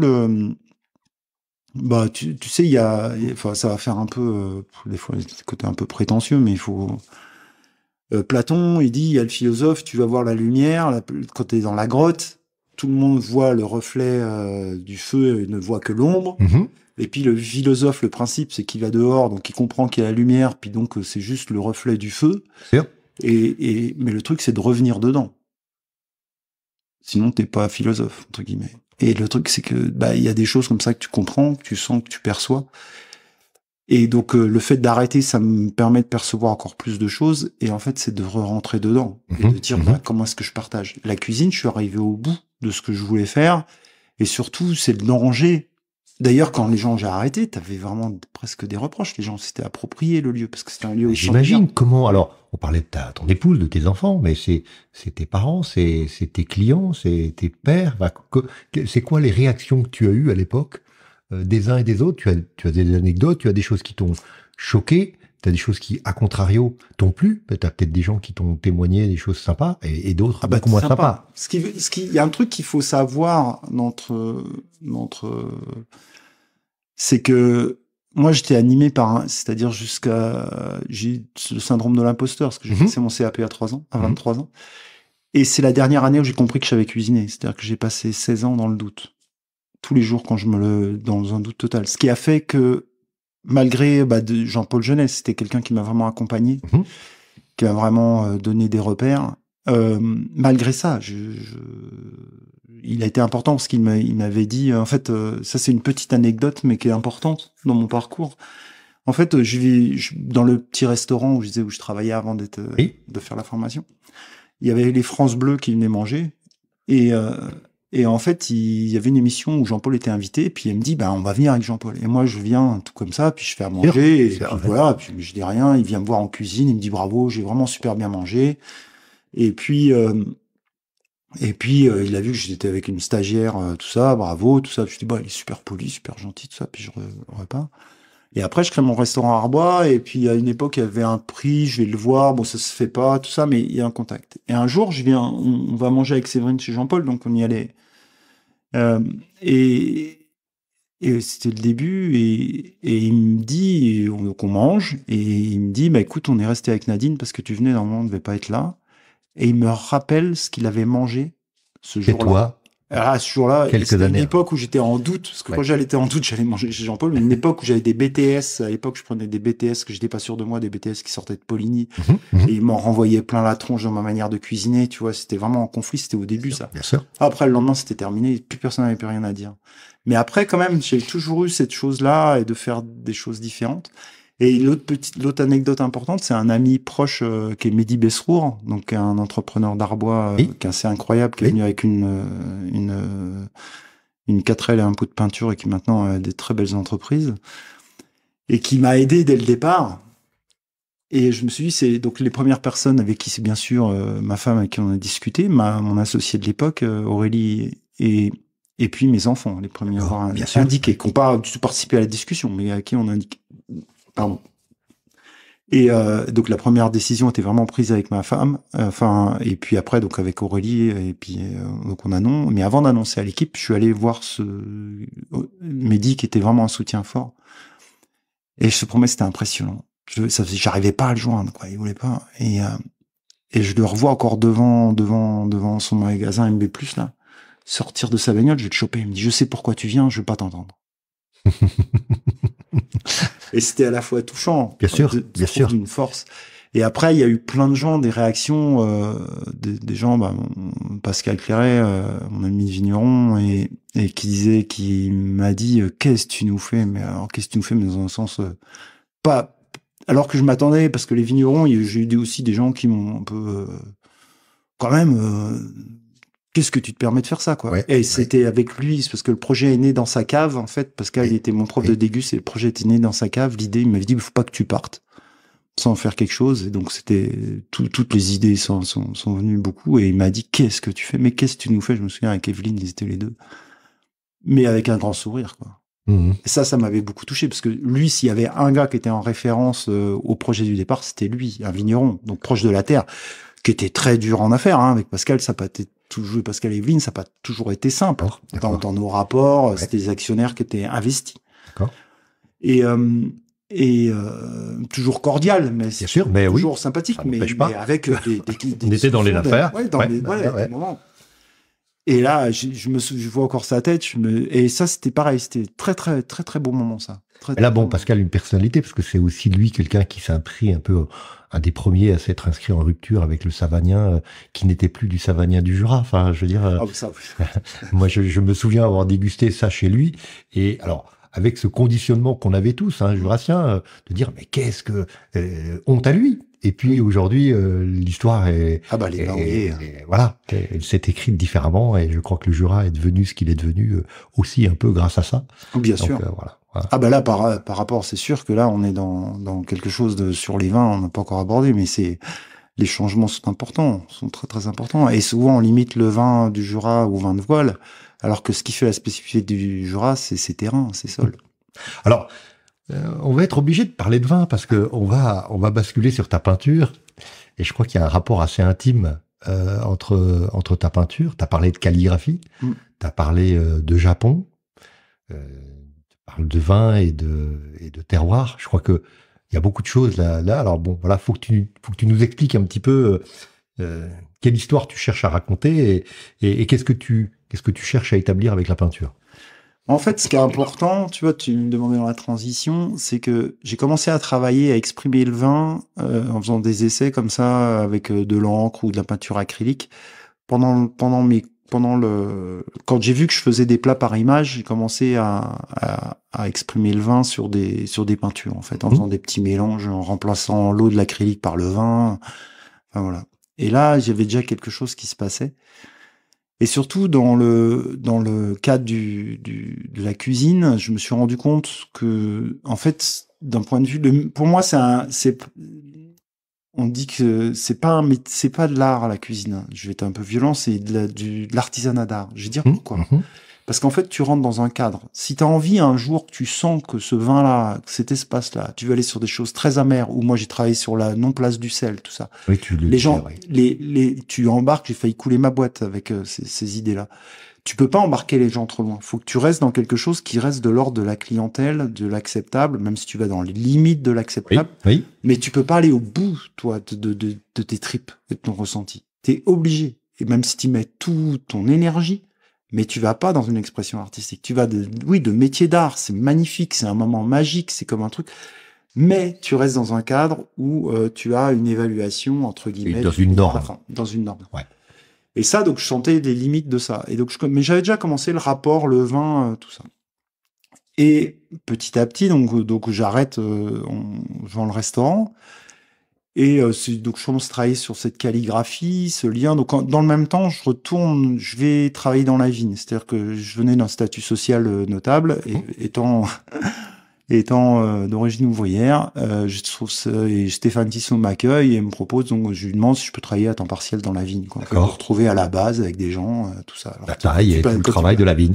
Ouais, tout le travail de la vigne. Alors quand tu vas sur Arbois et que tu dis que t'étais le chef de la balance, et que tu bosses aujourd'hui, que tu es ouvrier viticole, les gens te regardent un peu comme ça, mais j'ai bien aimé ce moment-là. Et puis il y en a d'autres qui disent qu'ils voient la peinture et qui me disent tout de suite, bah t'es en retraite en fait, c'est ton hobby quoi. Et puis je commence à travailler sur l'expression du vin à travers des gestes. Alors à l'époque, j'utilise le vin, je le trempe dans des papiers, je remplace le thé, et que ce soit en Chine ou les pays musulmans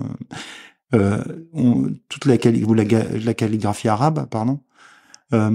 En fait, ils mettaient les papiers dans le thé pour avoir des univers. Donc, à cette époque-là, je mets juste un univers où le vin fait partie des papiers. Et je bois le vin toujours au moment où je vais faire mon geste calligraphique et je transforme cette énergie du vin, comme ça. Et donc ça, on avance comme ça. Et il se passe en 2017-18 par là, je rencontre une céramiste qui s'appelle Françoise Chollet, et à Château-Chalon à l'époque, il y a un événement qui s'appelle l'Art se dévoile. Et donc je suis très proche du domaine Berthet-Bondet aussi, je les connais bien. Et donc j'avais déjà fait une fois l'Art se dévoile au domaine, et puis c'est tous les 2 ans, on dit on va le refaire. Et en fait, je dis, puis je rencontre une céramiste avec qui on discute, qui est passionnée de cuisine aussi et de vin. Et puis elle est à l'atelier, elle était invitée, je l'avais invitée pour une exposition, et je lui dis, mais elle me raconte qu'en fait elle va chercher ses terres. Enfin, ses terres, et donc c'est une céramiste qui fabrique ses terres, elle n'achète pas ses terres. Et je lui dis, mais je suis sûr que le vin est meilleur dans de la terre que dans du verre. Elle me dit non mais n'importe quoi. Je lui dis mais on essaye.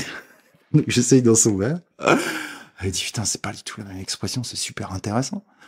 Et je lui dis bah écoute l'année prochaine je vais faire au Berthet-Bondet et bah tu me fais un verre en terre de Château-Chalon. Et puis donc on va au domaine, on va récolter la terre. Et puis il me dit bah prendre la terre dans ton atelier. Bah je dis pourquoi? Bah il dit bah prendre la terre dans ton atelier. Et là, j'arrive dans l'atelier, je commence à mélanger la terre et le vin, logique. D'accord, ouais. Tu réunis le vin avec sa terre, si tu veux. Et Et il se passe des choses, puis je cherche un peu, et après je commence à me renseigner, puis je fais une formation sur les peintures naturelles, et là je vois déjà le lien, c'est-à-dire ramener le vin à sa terre. D'accord. Et ça part de là. Et après, donc je vais commencer à créer une matière, c'est toute une phase de recherche comme dans toute chose. Et après, j'arrive à un moment où je me forme, et donc dans l'idée, c'est de ne porter aucun intrant chimique. Donc j'ai fait une formation sur les peintures naturelles pour un liant à l'œuf, liant à la gomme arabique, tout ça. Et donc, j'ai créé cette matière. Et en fait, je travaille sur une exposition à l'époque au musée de la vigne et du vin. Et donc, c'est vraiment cet aspect. Je me dis, mais il faut exprimer la terre. Et je découvre aussi le travail de Michel Campi, son livre de géologie sur les terroirs du Jura. Il y a aussi Stéphane Tissot qui a beaucoup travaillé là-dessus, qui est quelqu'un de proche qui va me donner aussi plein de clés. Oui. De clés, de compréhension. Mais je fais ma sauce. C'est-à-dire, je fais ma sauce. C'est-à-dire, je commence à mélanger et puis goûter différemment, surtout ça. C'est-à-dire, je goûte le vin et je suis traversé par les sensations. Et pour moi, le vin, il raconte l'histoire de la terre. C'est-à-dire qu'il met cette énergie. Là, tu comprends que dans le Jura, on est en lien avec des terres qui ont 250 millions d'années. Et donc, c'est ça qui est intéressant. C'est vraiment ça qui m'intéresse, et c'est de comment on peut transcrire quelque chose qui n'est pas visible, en fait, qui s'appelle l'énergie. Écoute, tu as eu une vie parfaitement rythmée par l'organisation de ta cuisine. J'imagine que tes journées étaient millimétrées. Bon, tu as dit tout à l'heure que tu n'étais pas un gros dormeur. Maintenant, comment tu travailles ton organisation, tes routines, tes plages horaires, enfin tes sommeils, tes pratiques sportives. Enfin, qu'est-ce qui a changé dans ta vie et comment tu vas chercher tes inspirations? Alors, qu'est-ce qui a changé? Déjà, de pas avoir c'est vrai que d'avoir des espaces vides, c'est compliqué. En fait, et surtout, ce qui est compliqué, c'est plus d'avoir d'espace réel. C'est-à-dire qu'avant, je te disais, je travaillais beaucoup, j'avais la maison et le reste. Là, j'ai un téléphone portable, ce que j'avais pas avant. Oui. Tu vois, parce que c'était pas dur, il fallait me joindre, c'était au restaurant. Et les persos, ils me joignaient chez moi. Donc voilà. Donc il y avait vraiment. Donc ça a changé. Donc il y a une espèce de truc où quelque chose est en route, on va dire, de cerveau qui est constamment en ébullition, que tu vas pas toujours gérer. T'as aussi la découverte d'un métier. La création dans le métier de peintre, c'est 25%. C'est des dossiers à faire. Un aspect entrepreneurial. Enfin, on va en parler. On va en parler. Voilà. C'est assez souvent antinomique. Je veux dire, on a une image de l'entrepreneur, de l'artiste qui voit l'entreprise sous un prisme un peu négatif, quoi, alors que c'est une nécessité. Enfin, je veux dire, si tu. Oui, puis c'est passionnant. Moi, aujourd'hui, ce qui m'a, si tu veux, ce que je trouve passionnant, c'est ça, c'est d'arriver à. Alors, c'est compliqué, parce que je me retrouve auto-entrepreneur, entre guillemets, si tu veux, tout seul. Et avec tout à faire, et puis donc il a fallu se former aussi sur les codes, t'apprends aussi, et puis t'es jeune peintre à 50 ans, c'est compliqué en France, hein. Ça, découvrir un milieu que tu connais pas. J'ai sous-estimé quand j'ai rentré dans ce milieu-là, quand j'avais préparé, c'est le truc du paradoxe qu'on dit toujours, faut pas avoir de sous. Donc j'avais du capital d'avance, maintenant ce qui est plus le cas, parce qu'on a voilà, il est passé avec le temps. Mais en fait, comme j'avais pas de sous avec la balance, j'avais fait une étude de marché, mais d'une précision incroyable. Là, j'y suis allé comme ça, quoi, voilà, en me laissant porter. Et puis c'est aussi l'âge où les enfants partent de la maison, donc j'avais du temps, j'ai pu investir du temps avec eux. Donc il y a eu plein de choses comme ça qui se sont passées. Et aujourd'hui, en fait, la chose qui est importante, c'est que j'ai une pratique du tai chi tous les jours. Ça, c'est important. D'aller se promener. J'y arrive pas toujours, mais d'être dehors régulièrement. Et puis d'essayer de conserver, ça c'est ce que j'avais sous-estimé, moi j'étais content de retrouver mes week-ends, et en fait d'essayer de conserver, donc il y a quand même, je suis pris à peu près un week-end sur deux dans le travail d'artiste entre les expos, les trucs, donc d'essayer de conserver ces espaces-temps où il se passe rien, où il se passe, t'es dans ta vie personnelle. D'accord. Parce que par rapport à avant, j'ai beaucoup plus de mal à protéger mes espaces-temps de vie personnelle. C'est-à-dire, ils sont beaucoup plus, c'est un investissement total, en fait, qui est beaucoup plus, alors c'est paradoxal, hein, quand je dis ça aux gens, ils y croient pas parce que mais c'est moins reposant, c'est moins engageant physiquement. C'est radical. C'est moins engageant physiquement, ça y a pas photo. D'accord. Mais c'est moins reposant, ça c'est clair. Il y a une chance d'éveil, des fois tu te réveilles, t'as une idée dans la nuit sur un dossier que t'es en train de faire qui est important, tu te lèves, quoi. Tu vois. Voilà, donc tu en éveilles 365 jours de l'année. Voilà, j'essaye de protéger des temps, mais très souvent, ouais. Voilà. Et après, sur le principe, quand je vais travailler sur quelque chose, c'est d'emmagasiner de l'information, donc en dégustant, en allant sur le terrain, goûter. Et puis, à un moment donné, c'est repousser au maximum l'envie de peindre pour qu'elle soit la plus forte possible, quoi, en fait. D'accord. Mais comment tu sais aujourd'hui que tu as passé une bonne journée? Alors, je parle professionnellement, hein. Je veux dire, autant le restaurant, c'est assez simple, la salle était pleine, enfin, un bon service. Comment toi, aujourd'hui, tu arrives à te dire je suis dans une bonne passe, c'est plus compliqué, enfin, c'est... Déjà, j'essaye de pas trop être dans le... Ça, c'est très chinois de peut être dans le bien, pas bien, si tu veux. Mais je fais exprès juste pour dire parce que bonne journée, je vois ce que tu veux dire, mais c'est pour juste dire plus à ceux qui partagent ce moment avec nous. Pour moi, bonne journée, bonne pas dans le sens bien ou mal. Oui. Une belle journée dans le sens où tu sens ton énergie, tu t'es rechargé en énergie. Les plus belles, c'est quand je peins. Ça y est, il y a pas photo. J'exprime. Alors, j'avais toujours jusqu'à la limite de peindre. Là, l'atelier est en dormance. Là, ça commence sérieusement à me démanger. Puis, je commence à me poser la question pourquoi je fais ça. C'est le début d'année. T'as tes dossiers, tes machins, des trucs. Tu fais un peu le point, justement, de l'année d'avant, tes bilans, où t'en es financièrement. Donc c'est un peu le truc. Et donc tu te dis, ah là là là, pourquoi je fais ça? Puis après, tu commences à peindre, t'as des retours sur ce que t'as peint, puis là tu sais pourquoi en fait. Tu sais pourquoi tu le fais. Donc ça, c'est vraiment ça. Et après, les belles journées, c'est quand... parce que les Chinois disent que la peinture appartient à celui qui regarde. Et les beaux moments, c'est quand les gens te racontent des choses que t'as pas vues, quoi. Enfin, te racontent des choses avec ta peinture, te l'achètent bien sûr si ça te fait vivre, mais pas seulement quand il se passe quelque chose, en fait. Ça c'est magique. Et puis après, quand il se passe quelque chose où tu arrives à ce que d'être juste dans l'instant présent, quoi. Ça, c'est vraiment la chose. Mais je crois que pour tout le monde. Mais c'est quelque chose je trouve qu'on nous vole beaucoup aujourd'hui, que le monde aujourd'hui nous vole. C'est vraiment hyper inspirant de nous partager ça avec cette franchise. Alors, tu le disais à l'instant, bon, il y a une dimension malgré tout entrepreneuriale à ton activité artistique. Et je te dis, on l'imagine pas toujours, hein, mais tu peux nous parler de ton modèle économique, de savoir un petit peu comment ça fonctionne, comment tu exposes, tu as un agent, enfin voilà, dis-nous un petit peu. Le rêve que je n'ai pas, le truc c'est en fait ce serait d'avoir en effet c'est de travailler avec une galerie qui fait le boulot de vente et tu t'occupes de ton travail. Ça c'est mais bon, il y en a un sur 10 000. Hein. Ouais. Et puis investir sur un gars qui a 50 ans. Voilà, si tu t'es aussi, voilà, c'est. Après, mon modèle économique, il est basé sur c'est sur une partie. Il a été basé beaucoup là sur mon capital que j'ai mangé, pour être clair. Il est basé sur des ventes par rapport où je suis dans le Jura qui sont élevées, c'est-à-dire qui sont à peu près 50% de mon chiffre d'affaires.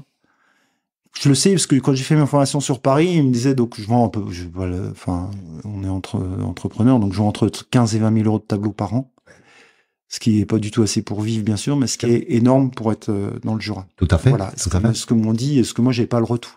Donc sachant que mes gammes ça va de 200 à 1500 en gros. Et donc ça c'est la première partie. L'autre modèle où c'est le plus dur, on va dire l'art marchand. C'est un peu, là, entre guillemets, ce qui me passionne aussi, l'art savant, c'est-à-dire de faire des expos avec, comme j'ai fait au château, à l'Institut au Musée de la Vigne et du Vin, pardon, à Arbois. Le seul souci, là, ça aurait pu déclencher d'autres choses, parce que de faire très vite une expo qui tienne la route, sauf que je l'ai faite pendant le Covid. Alors, la magie des deux mairies, des deux mairies, c'est que la première l'a programmée, la deuxième l'a maintenue. Mais il n'y a pas eu, si tu veux, au vernissage, il n'y a eu personne. Il n'y a pas eu la création de réseau pour montrer ce que j'étais capable de faire. Ouais. Et à tel point que Valérie Depierre, la maire d'Arbois, elle a vu l'expo un peu tard avec le Covid. Et elle m'a dit, quand elle l'a vu, on était juste avant de la démonter, elle m'a dit, mais il aurait fallu raisonner une expo permanente. Pour te dire le truc. Et là, t'es dans une sorte de frustration. De dire, voilà. Tu te rends pas compte sur l'instant. Bien sûr. Mais en fait, tu dis, et en fait, donc il a fallu réenclencher tout ça. Après, il y a eu la période Covid où tout était calme. tout était arrêté. Oui, j'imagine que la cuisine n'était pas simple à cette époque, mais je pense que l'art était encore tout aussi difficile, quoi. Voilà, c'était difficile. Après, et en fait, voilà, donc il a fallu relancer tout ça. Et après, donc c'est vraiment ce côté-là. Et là, il y a quelque chose d'important qui est arrivé l'année dernière, c'est pour la DRAC, donc avec Madame Corinne Gambi, t'as des aides individuelles à la création. Parce que ce qui se passe, c'est qu'en fait, j'ai travaillé, si tu veux, quand dans l'art, t'as un travail de recherche qui est important. Que ce soit le médium que tu utilises, que ce soit tes recherches, tout ça. Après, tu peux rester dans ce que tu fais tout le temps. Il y en a qui font des paysages très beaux, qui vont les faire 50 fois, 10 ans, 20 ans. D'accord. Puis ça marche comme ça, tout ça. Moi, ce qui m'intéresse, c'est quand même de toujours chercher et d'avancer, parce que j'ai d'autres choses qui arrivent tout le temps. Et là, par exemple, sur le vin, tout mon travail sur le vin qui fait aujourd'hui, la recherche, elle a été financée au départ, ma recherche profonde sur le vin par mon restaurant, puisque les contacts que j'ai pu avoir, l'information. Ma recherche peinture et vin, qui est là, par le capital. D'accord. Là, je travaillais sur l'eau, parce que ça me passionne aussi, tout en continuant mon travail sur le vin. D'accord. Mais j'ai d'autres projets sur l'eau, l'énergie de l'eau, donc faut que je trouve. Et donc là, on a la chance en France d'avoir, faudrait que ça continue, des systèmes où tu peux être aidé en tant qu'artiste pour des périodes de recherche. Mais vraiment de la recherche, ce qui s'appelle. Mais donc, faut faire des dossiers, faut qu'ils soient validés. Faut que tu trouves pour faire des résidences, des choses comme ça. Et donc ça, quand tu viens, que t'as pas de diplôme, c'est toujours la même chose en France, même en art, c'est compliqué. Oui. Et en plus, à mon âge. Mais cette année, j'ai été soutenu, c'est le premier truc, l'aide individuelle à la création, sur mon travail autour de l'eau, l'énergie de l'eau, comme je travaille sur l'énergie de la terre. Et donc ça, c'est important. Donc ça, c'est une partie de mon modèle économique. Et ce que je suis en train de développer, c'est deux choses importantes, qui sont les conférences dégustation, ce volet, comme j'ai une manière particulière de dégustation, où là, je fais des conférences qui me sont achetées, et où j'emmène les gens à... Quand tu dis que tes conférences sont achetées, une entreprise... Oui, une entreprise, un salon, des vins, une institution, comme la Maison un événement Père. particulier, on peut... D'accord. Okay. Et là, en fait, ce qui se passe, c'est que pendant un temps donné, où je suis tout à fait capable d'adapter en fonction du public, et c'est d'être amené aux gens à amener cette dégustation sensible. C'est-à-dire, donc, ça s'appuie. C'est important que je dise aussi le temps que m'a libéré, ça j'ai oublié de le dire, tu vois, le temps que m'a libéré le fait de plus avoir le restaurant. Donc moi j'ai des origines scientifiques. Donc aujourd'hui, je me réappuie sur des choses. Voilà. Donc non, mon fils aîné qui m'a un peu secoué quand j'étais dans le restaurant, je faisais très vite des biais cognitifs qui m'arrangeaient parce que j'ai pas le temps de chercher. Maintenant, j'ai le temps. Donc puis j'ai eu des discussions avec lui sur des sujets où j'ai tout de suite remis en place cette rigueur. J'ai rencontré aussi un monsieur qui s'appelle Daniel Reichwag qui travaille à l'EPCC Louis Pasteur avec Sylvie Morel et qui m'a fait rencontrer des scientifiques et donc j'ai repris toutes ces choses-là, dont Gabriel Lepouzet qui travaille à l'Institut Pasteur, qui est un neuroscientifique sur la dégustation. Donc c'est passionnant parce qu'en fait moi je travaille comme ça d'une manière et en fait il vient à une de mes conférences, puis il dit un truc très... Donc, on avait déjà échangé un peu une fois en visioconférence grâce à Daniel Reichwag. Donc, c'est vraiment la pointure de la recherche à ce niveau-là, la dégustation. Et il m'explique, lui, il explique déjà que dans le nez, pour capter, là, il y a une variation de 1 à 1000 pour capter une molécule. Donc, quand on dit qu'un terroir a le nez, c'est possible, hein, a le nez de telle chose. Si tu veux, il faudrait faire des milliers pour avoir un random qui soit à peu près juste statistique. D'accord. Donc, quand tu fais juste ça à 25, c'est impossible. La bouche, t'es juste sur 0 à 100 de variation. Oui. Donc, déjà, la bouche, c'est quelque chose de plus... Et après, j'ai trouvé très juste quand il m'a dit, mais tu fais des dégustations impressionnistes. L'impressionnisme, c'est capter les choses pas visibles. En fait, ça s'intéressait aux choses... Et sur le vin, en fait, il dit, bah écoute, quand tu vas voir un tableau de Van Gogh, tu commences pas à dire, tiens, c'est du jaune, c'est du bleu, c'est du vert, quel jaune il est utilisé. Tu regardes le tableau, puis tu dis, tiens, c'est un Van Gogh. Et donc l'idée, c'est que pendant ces temps-là de dégustation, ces conférences, j'amène les gens à goûter le vin par rapport à la sensation corporelle, par rapport à un truc. Et bien sûr, il y a aussi des tableaux, de faire le lien avec le tableau. Et on commence souvent, ça dépend du public, mais très souvent par une analyse sensorielle, pour expliquer comment ça marche. Et j'appuie aussi par ces connaissances maintenant que j'ai aussi, pour te donner un exemple, le nez. Moi, j'utilisais le nez quand j'achetais des vins, parce que le nez, c'est un avertisseur. Donc, dans notre histoire d'animal, le nez, l'odorat, c'est souvent les dangers. Donc, si tu commences à sentir un vin, tu vas tout de suite lever les dangers. C'est-à-dire, il y a une petite déviance en volatile. Oh, il y a une petite déviance de ça. Donc, quand tu vas goûter le vin, même si la volatile n'est pas gênante, t'as déjà mis... Tu l'as dans le cerveau. Dans le cerveau, t'as déjà bien mis. Bien.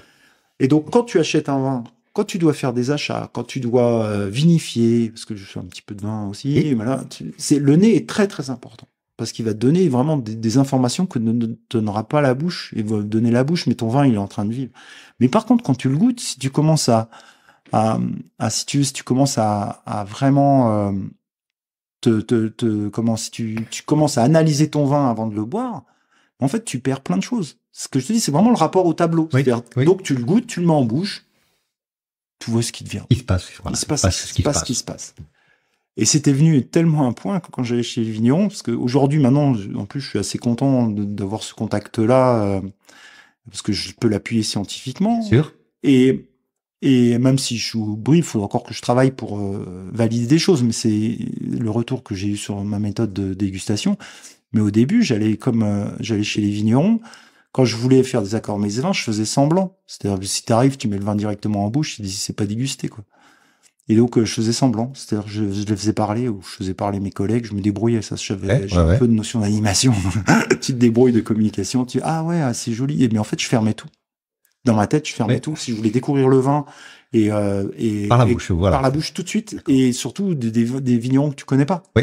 C'est-à-dire des choses, faut tout de suite avoir des sensations et non pas, et j'aime bien ce parallèle avec le livre. Si tu veux, un vigneron, il accompagne une matière qui a capté l'énergie de la terre. L'énergie, pas au sens ésotérique, au sens chinois. C'est-à-dire, ils ont 2000 ans de travail sur ce qu'est l'énergie. C'est pas même 3 à 4000 ans d'histoire entre la matière, l'énergie, des choses qu'on est en train de découvrir en quantique. Donc, c'est pas quelque chose de, on va dire, c'est pas les petites, c'est quelque chose que, voilà. Enfin, bref, c'est important de le dire. Donc, il emmène cette énergie. Il la capte, et le vigneron, par un acte sensible, donc de vinification, d'accompagnement du vivant, il intervient plus ou moins suivant qui il est, suivant s'il veut avoir un résultat fini ou pas. Enfin, déjà, avant de savoir ce qui va se passer, il maîtrise le vivant. S'il veut laisser un peu plus d'expression, enfin, chacun, voilà. Ouais. Et après, il le met dans une bouteille. Ça, c'est la démarche d'un auteur de livre. Et en fait, ce qu'on fait, nous, aujourd'hui, c'est on partage la 4e de couve, parce qu'on va regarder l'étiquette. D'accord, ouais. On va boire le vin et on va tout de suite en causer, sans avoir de relation intime avec lui. Qu'est-ce que tu fais quand tu prends un livre? Ou même, on a causé des podcasts, que grâce à toi, d'ailleurs, je te remercie Laurent, tu m'as fait découvrir l'univers du podcast. Je l'écoutais un peu comme ça, mais vraiment, c'est fascinant. Qu'est-ce qu'on fait? On l'écoute. On parlait, tu vois, on en a parlé tout à l'heure, avant le moment qu'on passe ensemble. Chacun en est là et on partage, mais on peut pas partager, on va pas tout, enfin, faut le temps. Bien sûr. Et en fait, le vin, la relation intime au vin, elle est là. C'est-à-dire qu'il y a un moment donné, il faut le goûter. Alors, quand tu ouvres ta bouteille, avec d'autres, faut quand même passer un moment où faut pas tout de suite parler, il sent ça, chacun vit un petit peu et après, on discute.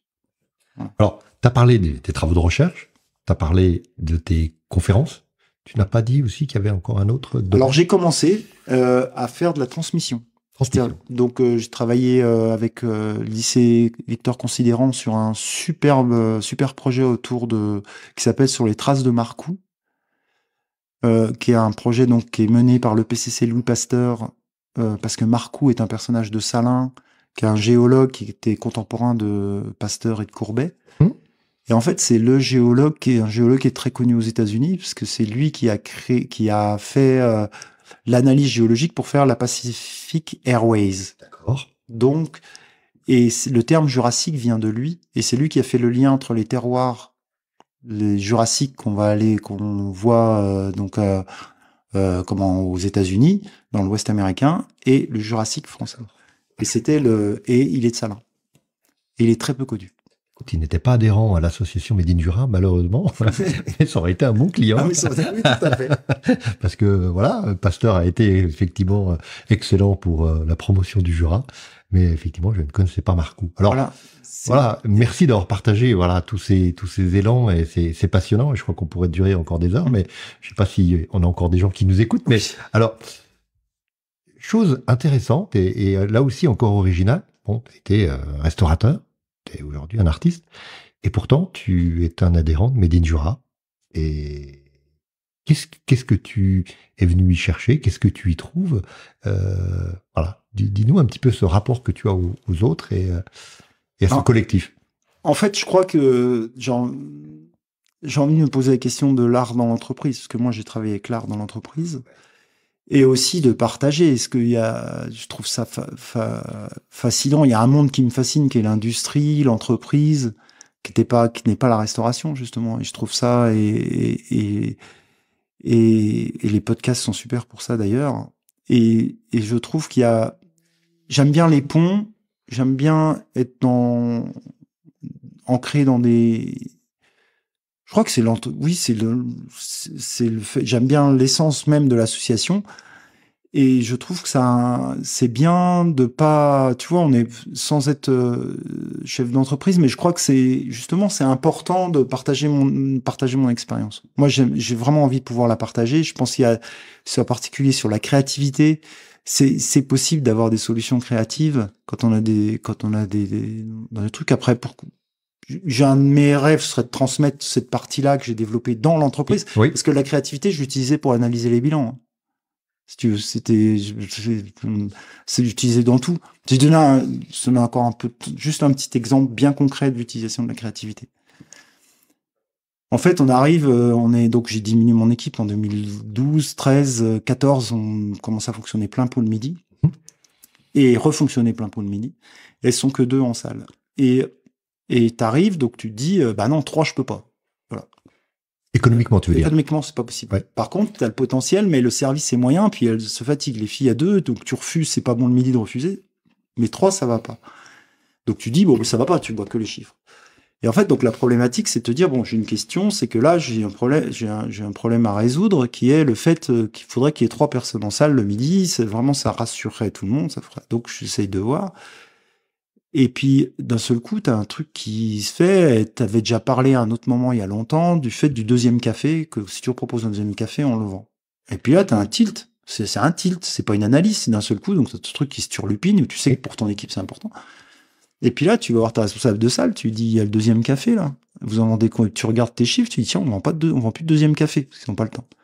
Et là, tu calcules, tu dis 40 personnes, moitié de café, 50% à peu près, tu fais 20 cafés, allez, il y a 20, parce que le café était compris dans le menu du jour, mais pas le 2e. Oui.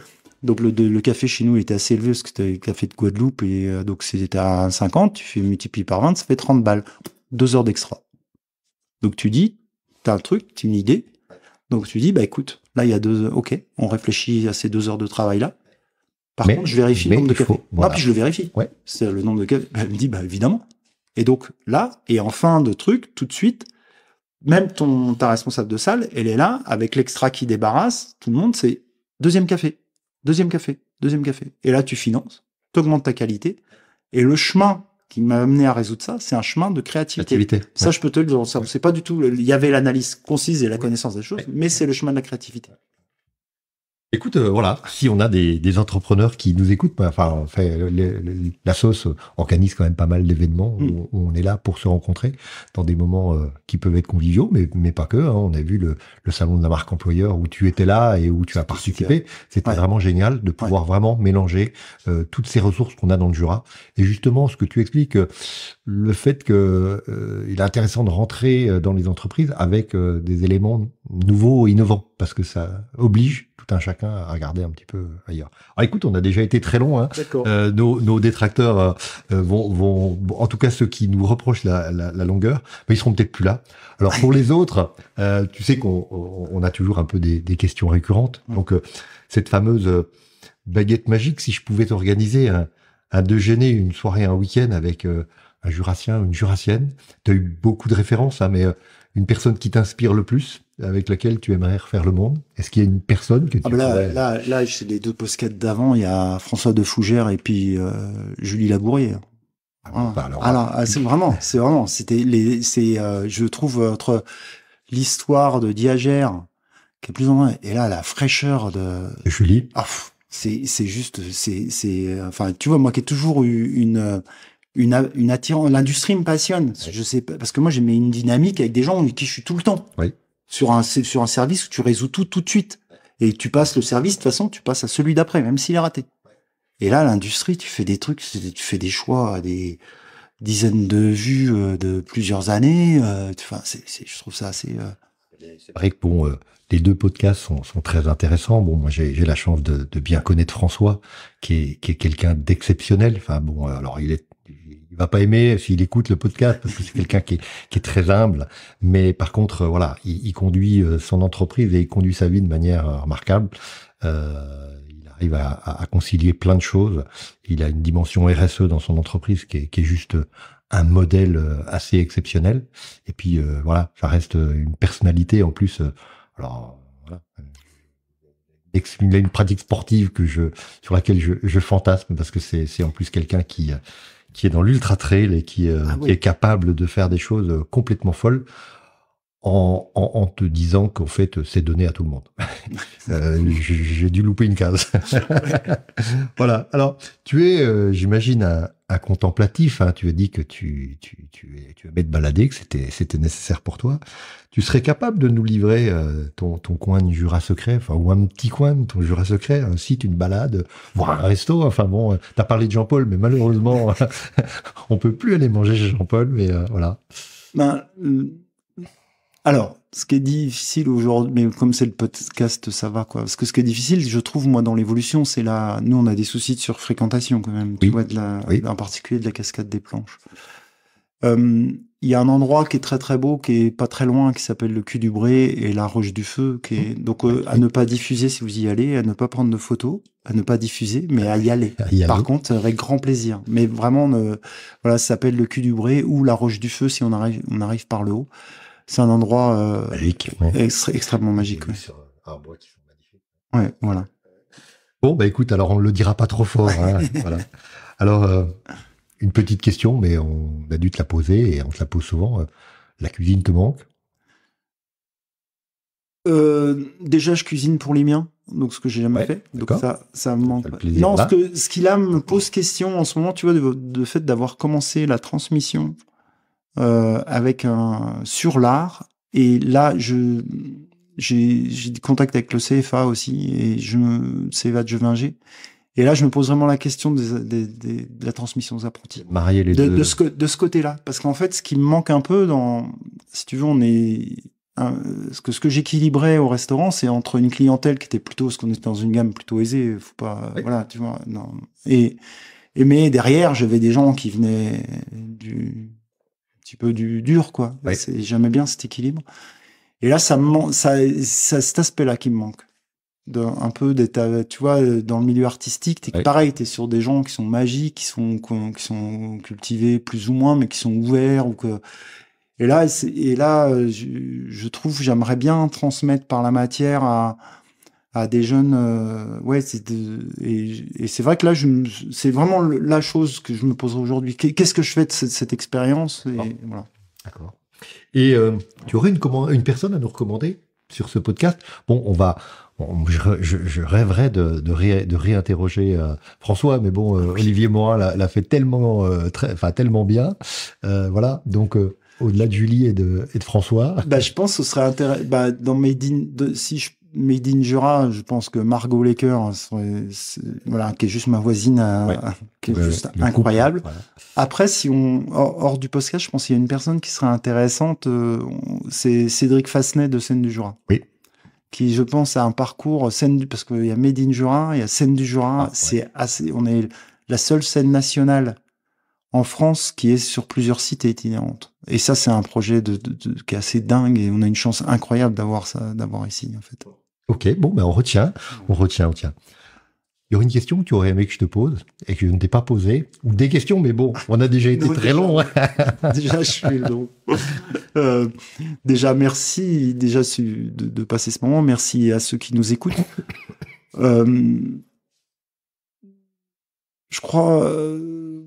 non, j'ai envie de redire quand même ce qu'on a juste abordé, mais tu y es sensible aussi, c'est-à-dire que l'aventure, elle est possible parce que, dans mon cas, c'est parce que j'ai une femme extraordinaire, quoi. Donc ça, on en parle, c'est jamais oublié. Jamais oublié que derrière, tu prends pas des décisions comme ça si t'as pas quelqu'un qui est pas du tout dans le même fonctionnement que moi, mais qui laisse cet espace de liberté. Ça, c'est clair. Écoute, tu as commencé avec ça, tu finis avec ça. Je trouve que c'est vraiment. Non, mais c'est vraiment très beau et voilà. Alors, où est-ce qu'on te suit? Est-ce que tu as des expos? Est-ce que tu as un site? Est-ce que tu as un Insta? J'ai un Insta, j'ai un Facebook.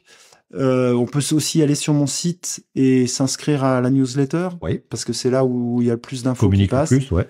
Là, je vais exposer au hamac pour la Percée. D'accord. Donc le hamac est donc la nouvelle histoire de ce lieu magique aussi. Si on cherche un livre fantastique. Voilà, donc dans les anciens murs, enfin dans les murs de chez toi. Voilà, la balance. Ouais. Mais c'est vraiment un très très bel endroit. Donc je suis content. Une belle personne, donc voilà. Exactement. Ce qui est aussi extrêmement. On a accueilli son fils on a accueilli son fils en stage de 3e. D'accord. Voilà, et je trouve que c'est des gens adorables. Et puis on a eu l'occasion, parce que j'ai déjà exposé au mois de juillet là-bas. C'était un moment très fort et je trouve ça extraordinaire parce qu'en fait, on n'allait pas dans les mêmes choses, mais c'est une autodidacte, elle est passionnée, elle respecte le lieu, c'est une très très belle énergie. Enfin, je me suis pas du tout senti dans la nostalgie et au contraire, quoi, dans un lieu. Et donc, c'est pour ça que je me suis dit, pour la Percée, il y a la dernière Percée, je cuisinais du coq, et ben là, ce sera au milieu des livres et on mettra quelques peintures. Écoute, voilà, elle serait une très bonne cliente pour le podcast parce qu'elle a vraiment un parcours très très riche. Comment on fait pour te contacter? Par mail ou sur mon téléphone. Ou ton site, on arrive sans problème. Oui, ou pas hésiter à m'appeler aussi. Si les gens veulent. La seule chose qui est importante, c'est l'atelier est ouvert. Alors, c'est ce que j'allais dire. Est-ce qu'on peut venir te voir, voir ton atelier? Sur réservation. Parce que si je suis en créa, j'ouvre pas. Donc, normal, ok. Écoute, merci beaucoup et merci à tous si vous nous avez écoutés jusque-là. Merci Laurent, merci à tous de nous avoir écoutés. Et pardon.